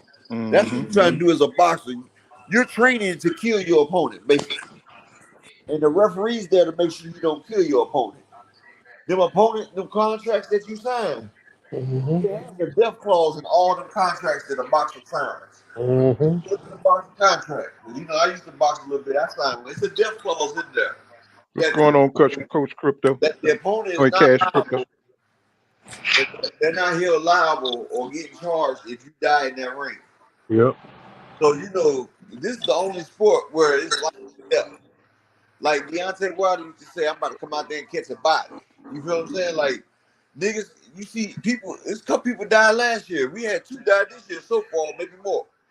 But so you got to realize you're going out there mano a mano, fist to fist, power to power. So you can't take this shit lightly. That's why they need to all get their coins and everything, and I don't get no problem about that. But Bud realized he's going against a whole different trained animal. This man right here is a killing machine who can go 15 to 20 rounds throwing over 100 punches around. See, Earl go out there, and the way they train, they throw 300 punches in a round in the damn hot-ass sun gym. Then, after they do that for 15 to 20 rounds, then they spar. He teaching that them boys are their damn stamina, endurance. That's they get stronger in the fight when really they're just hitting their stride while other people's stamina is going down. So like the 5th and 6th round, they're still at 80-90%, while the next person's at like 30 and 40, depending on how many times they done got hit to the body. And that's why Derrick James gets them to attack the body too. So you can sap your opponent's strength that much more faster. All right, thank you. Let me get that super chat. My time to shine. I appreciate that super chat for $20. Appreciate you. My time to shine. Says salute, pool, and fam. I appreciate it so much. Thank you. My time to shine. All right, gotta keep that one special donor right there. Yeah, no time to shine. And Ramon and Emily Jones says Khan lost to Peters, and you see what EJ did to him. He said so. Bud fans can keep bragging on Khan. You know what I'm saying? Yeah, man. It's like they be capping, man. You know what I'm saying? It's like used to arguing with them. Peters beat Danny as well, but they gave that to him. Danny, but they gave it to Danny Garcia though. But EJ beat them both, so it don't matter. You know what I'm saying? Hey, man, I just hope Bud don't punk out. You know what I'm saying? He look like he getting lukewarm about the fight sometimes. Man, you saw that last interview? Yeah, we were just talking about that. Yeah, that's what that was whole Looked lie like it about, looked man. like the setup for the punk out. Yeah, Bud just don't look like he is sure. Yeah, You the never more he saw him keep so bringing up that calm and banged up resume, the more I get worried because he keep trying to mhm. justify it. You know, Yeah. this is a legacy fight. He should be talking about this fight, not not And not. Go ahead. Hmm. and I seen today on his Instagram story, he with somebody, I guess his cousin or niece or somebody, and she cooking all kind of food where I don't even usually see him eating like that type of food getting leading up to a fight. You know what I'm saying? And I know it would be far away from if they did announce it, but I don't even really see him even training like that. So it's starting to look like, the fight is getting further and further away. I think he's trying to pick up a little weight. They were saying he's trying to fill out a little bit more, like the same way you see how Shakur came in for Oscar Valdez. Yeah. You know what people fail to realize when you come into a fight, and the best way to absorb some of that body shots is to have a layer of fat to protect. If you got like a small layer of fat over top of your muscle, it'll absorb some of them shots that you take. Because if not, it will be hitting straight muscle, and hit straight muscle. Yeah. That can be painful. You know So what you Bud need don't that realize fat that to absorb it. he don't realize that EJ is sparred with big people, so them body shots is gonna get through, bro. Hmm. And you know, it's consistent power too. You know, like it's like Hmm. Chris Van Heerden said. You know, he wasn't worried about. He said EJ. He said he wasn't worried about the other punch. He said it was that jab with the consistent 80% power on it that kept demoralizing him, kept crushing his spirit. Was that jab? He said that he just kept talking about EJ jab, just like Danny Garcia was talking about that jab. So, you know, EJ is something about his jab, bro, that be breaking mugs down, bro. You know what I'm saying? He put 80% power. It's almost like a power shot. You know what I'm saying? And that's gonna be difficult for Bud to get through. You know what I'm saying? That's gonna be something else he's gonna have to deal with. You know, Man, so Paul, I was watching that Kell Brook fight probably a few hours ago, mhm. and if you remember, Kell was countering the jab. He was coming over the top of it. Top. Hmm. Man, when I tell you that boy he was jabbing, he got this pretty much consistent speed on his jab. Sometimes it'll get lazy, but after he start countering him, I'm like, damn, is he gonna keep on jabbing? I see the fight so many times, but the more you learn about boxing, you go back and watch fights, you see different stuff. Man, he started shooting that motherfucker out like a piston, boy. Wow, wow, boom, boom, boom. I'm talking about tearing that boy up, and I'm like, damn. The Kell Brook fight. Remember, Kell was countering his Yeah, jab at the beginning of the fight, but by the fifth, yeah. sixth, seventh round, if you look at how crispy the jab was at that time, To that oh eye. my god. You, Yeah, you that's see how what? that that's how that Did eye you see? came into play. Did you see how he was jabbing Lamont Peterson and Danny Garcia with that jab? Hmm. That's the same way he jabbed Floyd. See, Earl, he jabs you so crisp and stuff. That's why people that fight Earl, if you go back to all his fights, their eye be messed up because he has that perfect placement on his jab. And see, his jab stays in your face, so you don't see what else is coming behind it. So Earl, he used his jab many different ways. He will stop you with that jab because his jab hits so hard.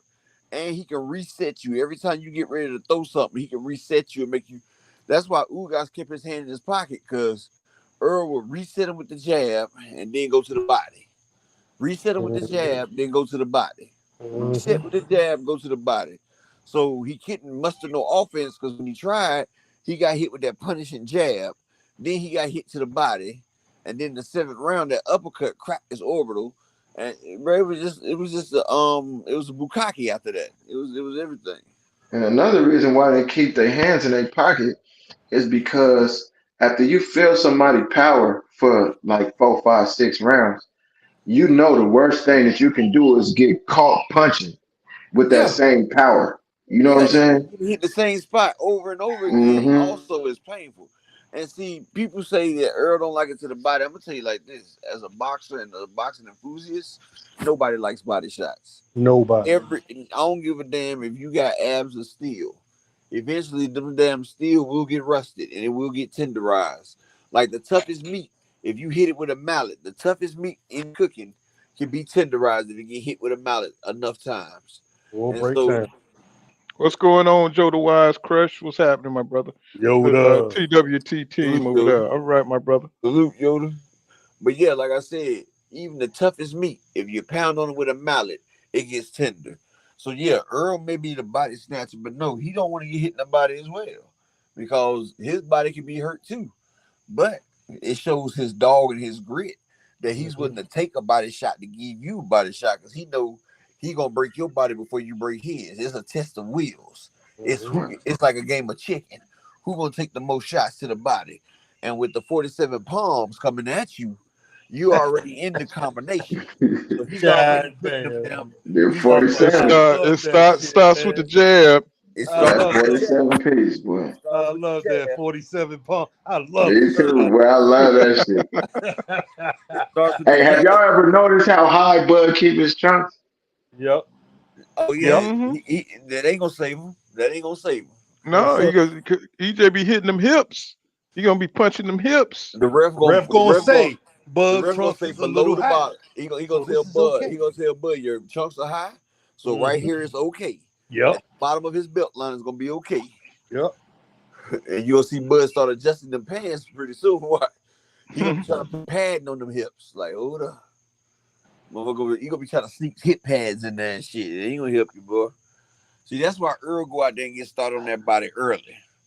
Because he gets started on that body early because he wants to go ahead and get the tenderizing started. See, most bosses come out there, they try to work with the damn face, head, and, try to headshot. But Earl, if you notice, he'll come out, jab up top, then go down low. Boom. He'll hit one up top, then one down low. He always, his first 3 shots, 2 of them going to the body. In his first 20 shots, he done landed at least 10 to 12 to the body. That's why I don't know why Bud. Did y'all see the My Mixtapes interview with Bud, where he talked about when he was a youngster and they kicked him out the gym, and then long story short, they had a Mexican in there called the Body Snatcher. Everybody ran out the gym and came and told him they had a new youngster in there. He went in there and sparred him, and the Mexican ended up stopping him to the body. In my head, I'm like, I don't even know why you told that story, boy. Yeah, I saw that too. General Long, welcome to the channel, General Long. He says EJ punch placement and variation is the biggest part of the science he has mastered. Yeah, we talk about the 10,000 hours on here. You know what I'm saying? A lot. You know what I'm saying? Like, you know how you got to do something for 10,000 hours to master it. And 14,000 hours, your body does it without your permission. Your body just goes into autopilot. Yes, sir. It goes into autopilot. And Derrick James, he's constantly drilling it into them, whether they on the bags or if you go watch my Shaolin Techniques movie of Derrick James, it'll show you how he does it with Charlo, Frank Martin, and Spence, how he drills it in them. When they don't do them little quick ass shoe shining with the pads. You won't catch them doing them speed punches like Tate, Javante, and all them doing hit the pad 1,000 times. No, each time you see 1, 2, 1, 2, 1, 2, 3, or 1, 2, 3, 4, all hard, crisp shots. They do miss a whole lot different. See, they don't waste energy, they don't waste punches, they don't waste stamina. Everything that they do is for a purpose, and it's to hurt you. And they do that, and they get started on the body first. Because the early bird gets the worm. So whoever gets started on that body first and often, early and often, and that right there, it will pay dividends in the later rounds. Like look at Frank Martin when he was going against Jackson Martinez. It was a tough fight for him until like the 6th, 7th round. He broke his ass down, bro. That he damn sure body did. That body started tearing up in the 7th and 8th round. Mm-hmm. It may not look like it's not, but I'm gonna tell you like this: if you ever had somebody hit you and hit you in that same spot and you get like a frog or something, that's because your muscles is tenderizing. Frank had lost a little hope in there until Derrick told him, he said, go for it, go get him. He told him, because he had lost his way a little bit, you know what I'm saying? He said, go get him. You got him. All you have to do is take a step to the side, go to the body, and you go him. He pressed him out. And he went out there and he did it. Like he didn't see it though. Hey, Paul, my kids are here turned up. I'm finna hop back in the chat, bro. This naughty.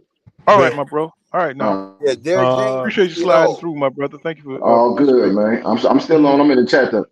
Okay. Yeah, Derrick James, he see it all. That's what make them so dangerous, because not only do them as boxers like Charlo, Spence, and Martin have great IQs as boxers, they also got a daggone sensei. They got Patrick Stewart back there. They got Professor X back there controlling the daggone motions, just in case they don't see it. If it's something that they don't see, you best believe Derrick James see it, and he gonna let it know. Like when he told Charlo to dip to the side and catch him, and he said swing where his chest to be at. As soon as he swung where that man's chest would be at, Castano melted like butter. That chin was there. And when he told Earl against Ugas, he said sidestep over to the right when he leans to the right and dig, and slides to the left if he dig. And if you notice, after he told him that, the fight changed. Earl started digging all up in Ugas, and Ugas started dropping his hands, holding it up. He couldn't do that. Derrick James is the master at breaking people down. And see, he teaches his fighters to hit the tender points of your body. So when it gets real tender, I'm gonna tell you like this: you can be the toughest man in the world, but you get hit to that body. Hey, some of them shots are debilitating. It ain't nothing you can do about it. I don't care how tough you is. Goddamn, Robert and Ellie Jones must be my age talking about dang Atari.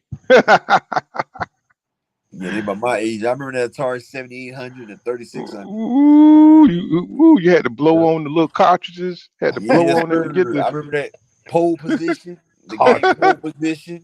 I had a game called Dig Dug, and remember the karate game? I remember that. Remember the little karate game? I used to love Dig Dug, but that was my favorite game right there. Damn. But that Dig Dug. Make the rock fall on somebody. I used to love Dig Dug. Yes, sir. But I used to play that relentlessly. Yes, sir. And that karate where ready, fight. It was called Kung Fu, right? It was called Kung Fu, yeah. Where you could chop or jump kick, win. One dude was in the white, the other was in the black and red. Yeah, they had that one game where you had to mark, and the little things fall from the sky, and you had to mark and catch them. You know what I'm saying? You had to mark it so they don't explode on your cities or whatever. You talking about that? What was that? I know what you're talking about. But that was back then, boy. Them was some simple games back then. Might have been the first colorful game. I remember when they came out with that daggone. Y'all remember when they came out with pole position? Yep. And I had the little steering wheel for the daggone Atari. I was driving the hell out of that game. Now they got daggone virtual reality. My son got virtual reality headsets for the PS5. Like I can't even see what he playing. Man, I'm talking about, boy, they got stuff where you controlling eyeballs and you know what I'm saying, everything, See, they trying to get our people into that metaverse. That's what they doing. My daughter sat there and spent $300 daggone the other day on a Gucci handbag on daggone Roblox. I said, wow. On what? A Gucci handbag on Roblox. A Gucci handbag on Roblox. Yes, sir. I don't even know what that is, bro. I know what Roblox is. It's a game. No, but look, it's some people out there that's done spent thousands and thousands on that game. Like they actually buying like living spaces on there. They actually like this one dude gave his girl $1,000 Louis Vuitton handbag for a gift. My daughter, she been on Roblox for a long time though, so she make money on there because she used to sell them diamonds and stuff right there. Right. She had made like up to like $300-$400 on there. Plus, I put like $100 on there for a birthday and stuff. But my time to shine. Centipede was my game. Oh yeah, Centipede was my joke. Yeah, that and Gallagher when you had the remember the little what was that asteroid game where you had the little asteroid. Where you had that was my favorite joint right there, boy. Where you had to shoot the little asteroid and break them down and everything. When they coming at you, the little ship. And then you came out with that damn Pac-Man. It was over. Oh yeah, Pac-Man was the shit. And Mrs. Pac-Man was after that too. It was a wrap. Graphics was tough. Yes, sir. Well, we was the arcade generation. Came a long way, bro. Then Nintendo and Mario came out. My neighbors had Mario, and I'm over there like, hey, that looks pretty good. That's when you could finish the game and shit. You know what I'm saying? Mario Part 1. Yep. I used to get to the 8th level and couldn't get past that 8. Like I could never find King Cooper on the last one. I'm like, man. Oh man, but when they came out with a knockout and all that stuff, boy, I was going Mike crazy. Tyson's Punch Out. Punch They had out. Punch Out and Mike Tyson Punch Out. But the regular Punch Out, they had Mr. Dream on there. Mr. Dream would take your ass out one hit. And which they came out with Fight Night, and boy, that was really sweet. Yeah, but you know what my shit was? Contra. Oh yeah, that's my shit too. Oh yeah. And you can hit the cheat codes up, down, left, right, A, B, B, A. Yeah. This right here, up, down, left, right, A, B, A, select, start. Yep. That was the blood code on the first Mortal Kombat. Some of my time Chateau, I used to flip Gallagher's.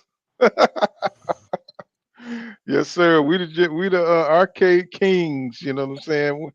We used to flip the machines. Man, you know what I'm saying? I remember we used to be fighting for a time to play the game. Like, you used to hate having to wait for the sticks to play and everything, right? Like, it's my turn. It's my turn.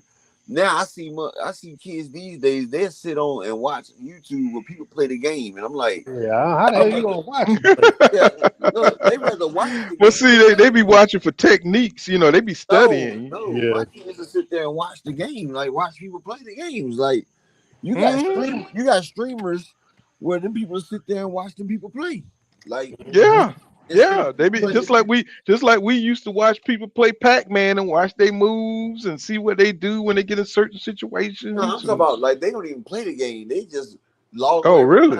Like that wolf guy whatever his Twisted Wolf, whatever his name was. Oh yeah, I know you're talking about. What's going on, GD? Watch him play Fortnite and everything. Like they used to always want to go watch him play. And I'm like, y'all don't want to play the game? Nah, we better watch him. Oh yeah, he the best. He about to kill everybody. And then he got mad because people was watching his streams and killing him because he was live streaming and he was wondering why people knew where he was at. You idiot! You was sitting there live streaming and they watching it and killing you. So then he got mad at that thing like, how you gonna get mad? People watching you live stream and they kick you out. So I used to mess with Metroid heavily. Oh, Metroid was the jump. Hell Did you know that Metroid was a female the whole time? Was it? Yeah, it was a female. I'm today years old for that one.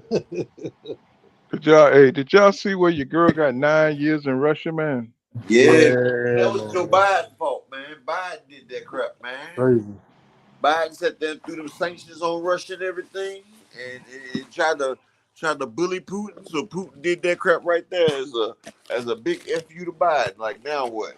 I'm like, wow, bro. I We mean, need to go 9 there and years. break her out. And she black and everything, so you know they're not about to go get her. We need to go break her ass out. Come on. Man, that's crazy. Man, people get killed in Russia over bread. What do you think they're gonna do to us? Yeah, man. I thought that shit like too young.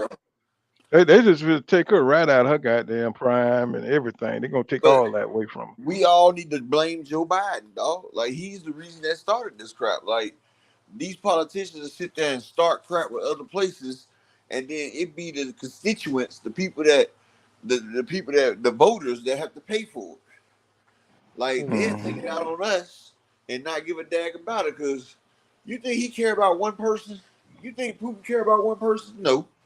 Of course not. His people dying by the thousands, and he don't care. Hell, he assassinates people that comes and tries to run against them. So Biden sat there and try to put the foot down on them, try to levy all these tariffs, and then try to say Russian fighters won't be getting paid, and you start doing all that crap right there, like you openly declare war against Putin, and then you got your people over there in his country.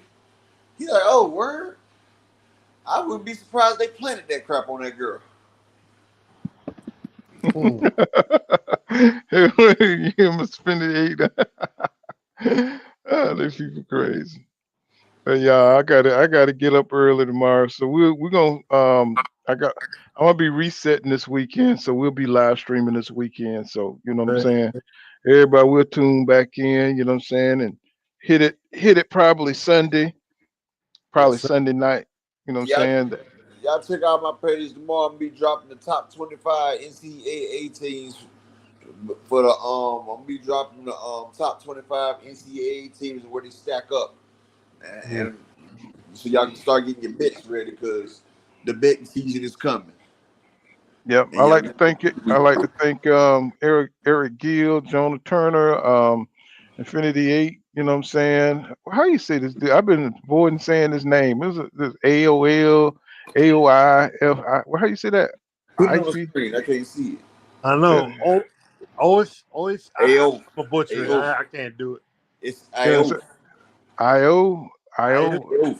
I've been avoiding saying it 'cause I couldn't pronounce it. I was like, I like to thank you, whoever you is, Roman Emily Jones, JV, you know what I'm saying, William Old School, thank you for sliding through and supporting the channel, Troy Moore. You know, I say these are my peoples, these are my regulars right here. You know what I'm saying? These are people who rock with Pool Kind of Boxing, Troy Moore. You know what I'm saying? Hey man, thank everybody. We're gonna be coming back through. Thank you, General Long. You know what I'm saying? Charles Young, you know what I'm saying? Start shouting my people out. Cash Crypto, you know what I'm saying? Thank you for rocking with Pool Kind of Boxing, Yoda Wise Crush. You know what I'm saying? Thank you for coming through. And we'll be back Sunday, man. We'll be rocking again, talking about everything, you know, what's going on in boxing. I got a video I got to drop tonight, you know what I'm saying, on the Virgil Ortiz thing. So, y'all look out for that. And subscribe to Upper Echelon and Mike Biggs Boxing. You know what I'm saying? We all the same around here. You know what I'm saying? We all stand up dudes. You know what I'm saying? Just talk about boxing and life, whatever y'all want to talk about. And I'm You know gonna what I'm work saying? on that video about Jermaine Taylor and Bud about their accolades and how they look. And is he a Hall of Famer that he thinks? Mm-hmm. And I just And want to say real quick, I appreciate you, Upper Echelon, for pushing my channel, brother. Yeah, like I said before, man, you are the epitome of how a grown man's supposed to roll. You feel me? And I appreciate everybody in the chat, on the panel. I appreciate the subs, man. I'm over my mark, man, and okay, all right. We I'm on got to you. my new mark. You know what I'm saying? I got about less than 300 to go to hit my 1,000. But I really greatly appreciate y'all, man. Shout out to the TWT and the LDBC, man. We working. That's what's up, man. That's what's up. We'll get you there. You know what I'm Appreciate saying? We'll get you there. it. All right. All right. Yeah, we'll see you next time.